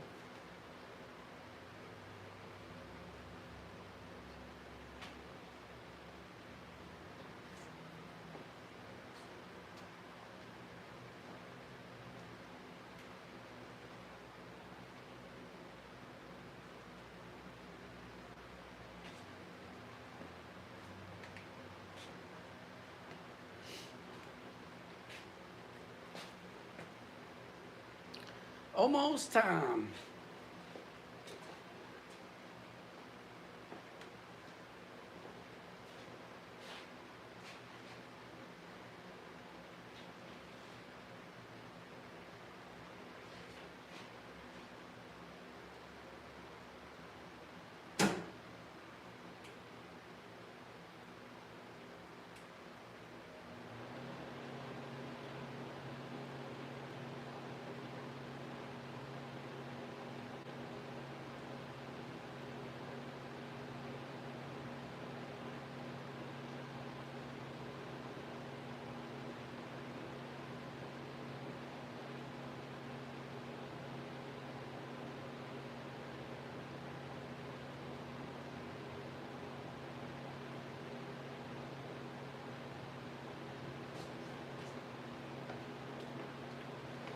Up this hill, down up this hill again. It's a mighty, mighty long road. All right, we're almost ready, man. We've got about 5 more minutes. You can see the steams. I don't know if y'all can see that on the video right there. Yeah. See the steam coming up? It's a steam machine. Don't forget to push a like. Subscribe. Hey, Chili, subscribe so you know when the stuff's coming out. If y'all, anybody's on here to subscribe to the channel. I do this twice a day. I'm feeling pretty bad. I only do it once today. But usually I do a day where I do banjos all day because it takes all day to make banjo parts. And then at nighttime after supper, I do another stream where I make a guitar neck, and we're going to do a Fender Strat copy. Are you? Hey, that's pretty cool. Yeah. Pass the link around. I'm going to start doing videos about my trains too, because I just restored some parts to my trains. And I just don't want to bring them down here in the shop, but before I can make videos upstairs, I got to make sure it's cleared. There's no info laying out.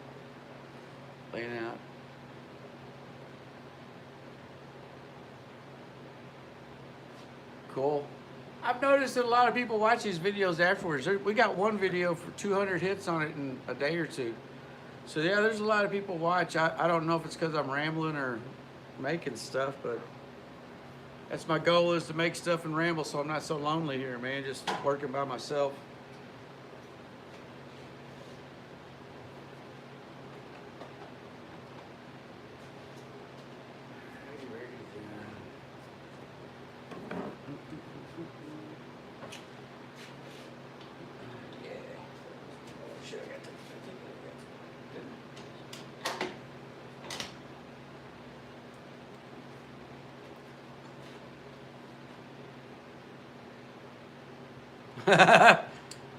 Yeah, I'm kind of crazy, so I say some stuff. I've been through a lot, man. I've been through 2 honorable discharges from the Air Force. Part of that time was in the Tennessee Air Guard. I was in SAC for a while, Strategic Air Command, for 9 months. And then I went to the Kentucky Air National Guard. Then I went Tennessee Air National Guard. The whole time I was going to school.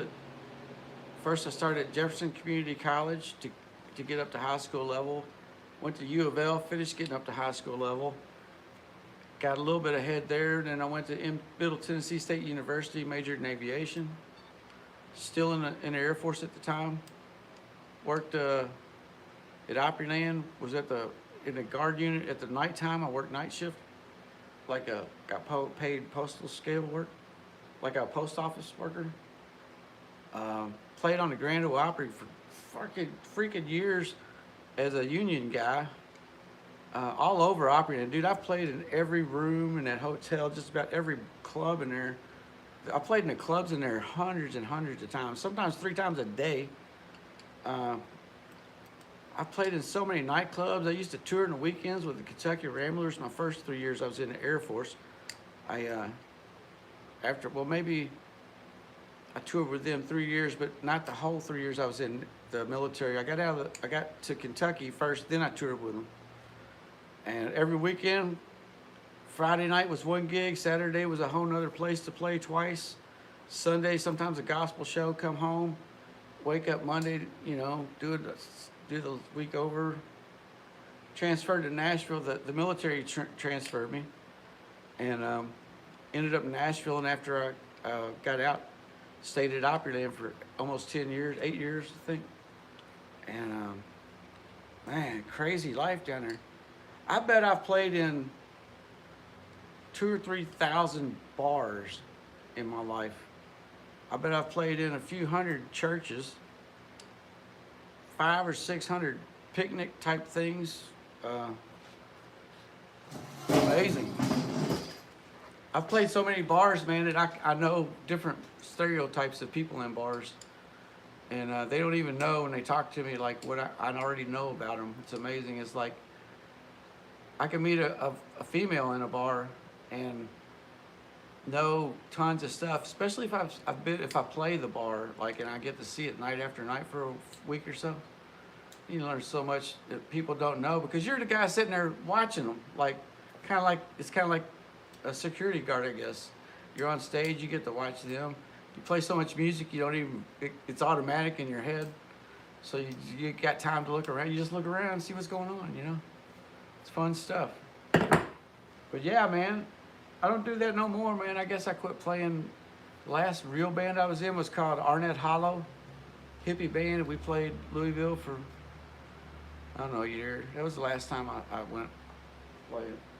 Let's see what time it is.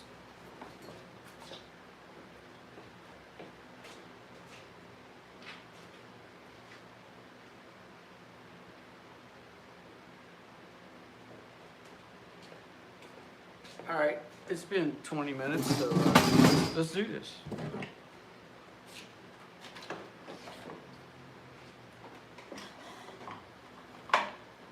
Hey ho, hey ho, hey ho. Here we go. Howdy ho, howdy ho. Away we go.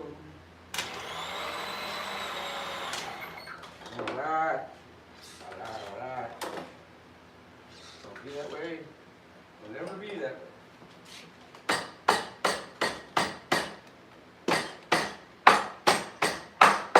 Oh yeah, by the way, don't anybody ever take romantic advice from me. I am the worst at dating. I have so many females mad at me. I'm hiding out here. That's the biggest reason I don't do nothing.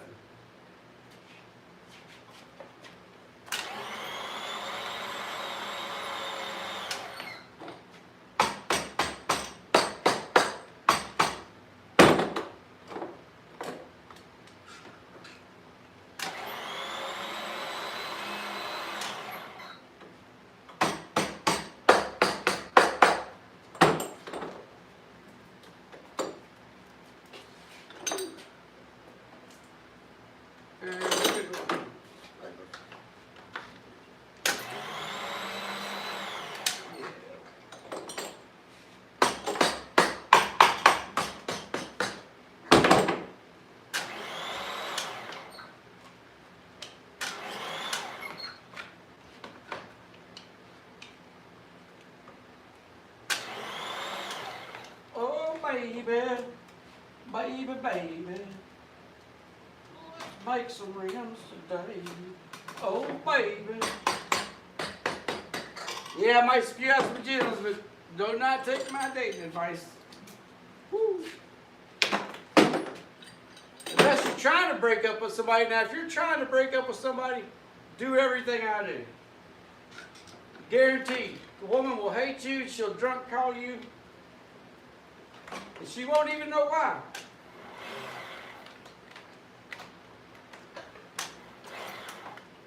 I'm so good at ending relationships, the woman doesn't even know why it ended and why she hates me.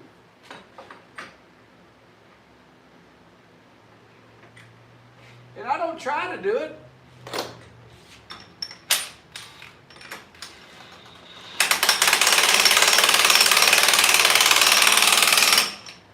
I'd like to permanently be in love with somebody, like forever. But not just anybody. It can't be just anybody. It has to be somebody.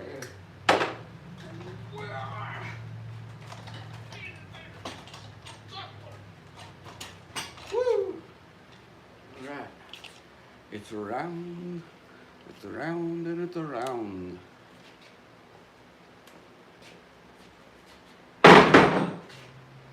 One is a lonely soul, unless you're bad.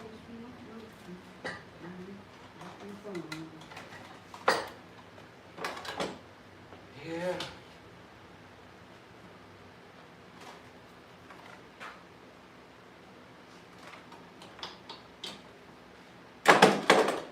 It is.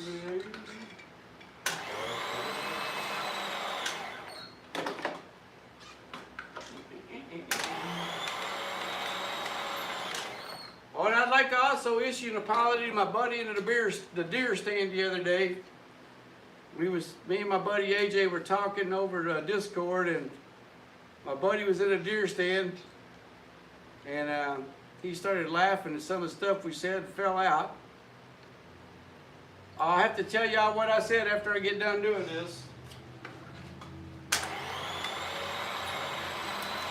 I think he's okay. He was texting us last night that he was okay.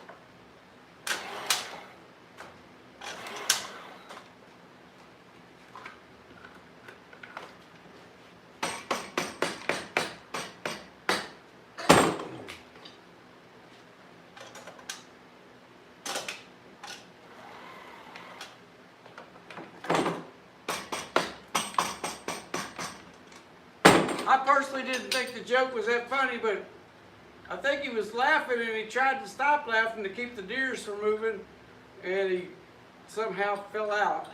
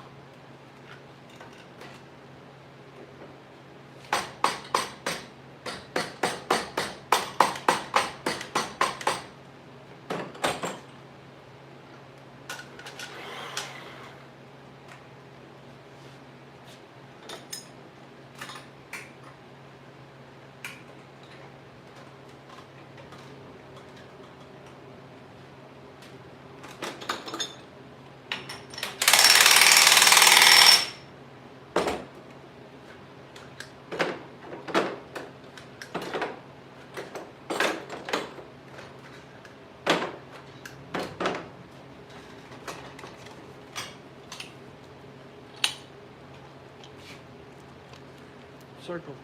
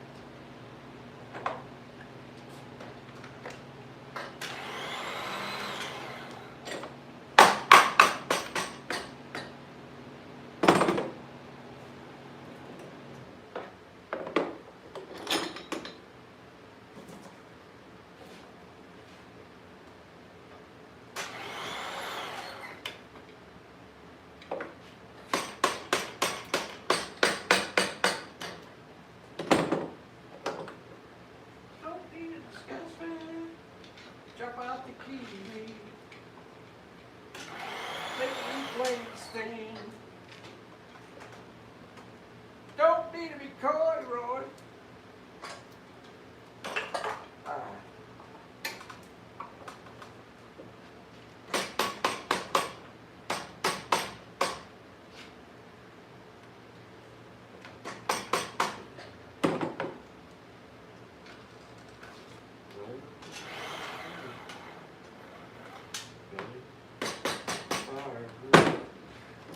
I feel for you like a child.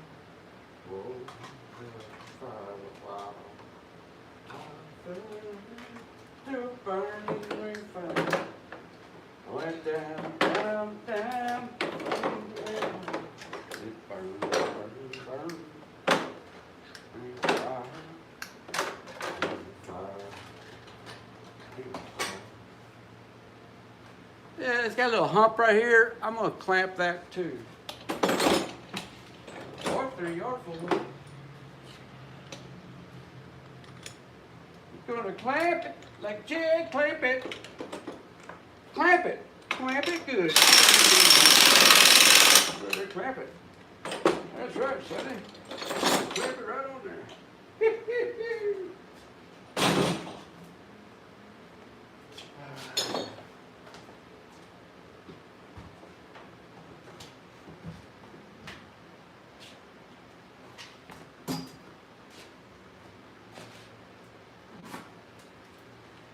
Love times, all love is sweet.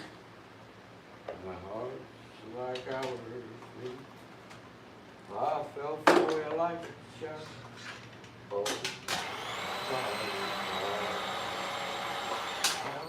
ah, mira, pendejo. No es muy bonito.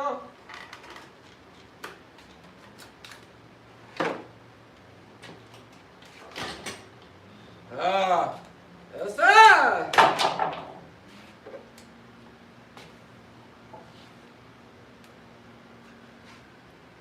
Split. Split. That's hot.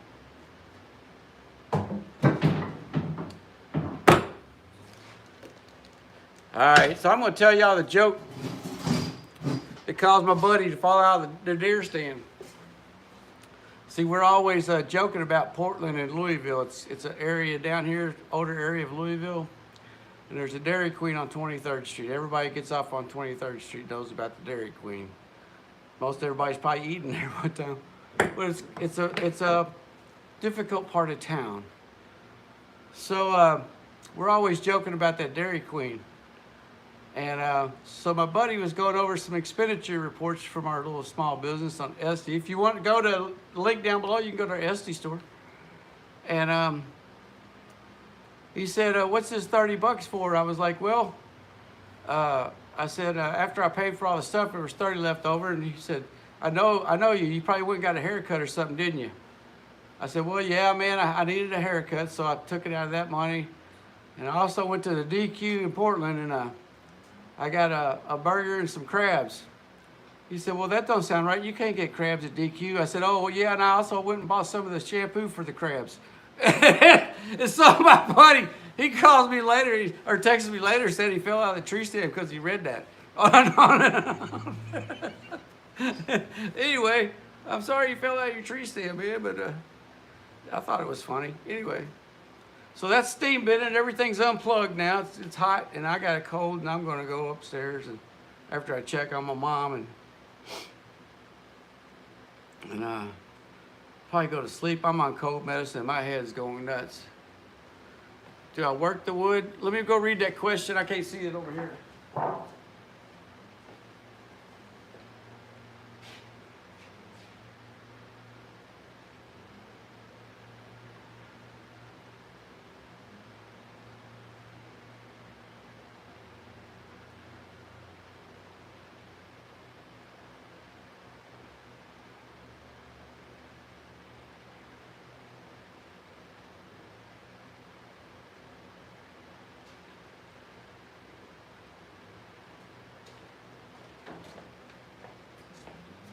Do I work the wood? I'm not quite understanding what that meant. I just seen you in there, Leo. I'm not sure what you mean. It's kind of hard to read it, and my remote PC's screen's messed up. I think you said, do I work the wood? You mean, do I soak it? Is that what you're asking? See if I can get my phone to put up the text. Usually if I, oh, there it goes. Do you work the wood? Do you make some guitars? I wish I made guitars. I wish I made guitars. Yeah, I take the wood from a raw material.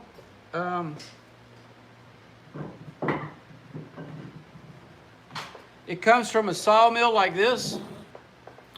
Big saw blade, cuts it all up. And then I turn it into planks.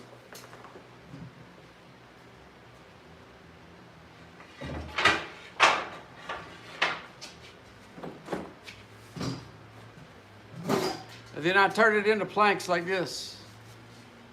And then I soak it, and then I steam bend it into circles. One day we're gonna make an electric guitar here every night. But I'm kind of sick, I can't do it tonight. But every night we're gonna make electric guitar until we get a really nice one, then we'll reproduce them. So yeah, if you want to keep subscribe, and we do a show in the morning, like whatever I'm working in the shop, and then we do one at night that's all electric guitar parts. Probably a quick show, about an hour each night. We use the CNC we're gonna make a Fender Strat copy, but we're gonna make it out of black walnut, Kentucky walnut, and we're gonna make one out of cherry. So thank you, Leo. And subscribe and hit the like button, and I gotta cut the stream and go check on my mom, but we'll post this here up in the YouTube, and after I get done I gotta go make it public, so it'll take about an hour and it'll be available on YouTube. So I'll see y'all tomorrow if y'all show in. Thanks for showing up, Chili and Dragon and everybody. I greatly appreciate it, man. Thank y'all. See y'all later.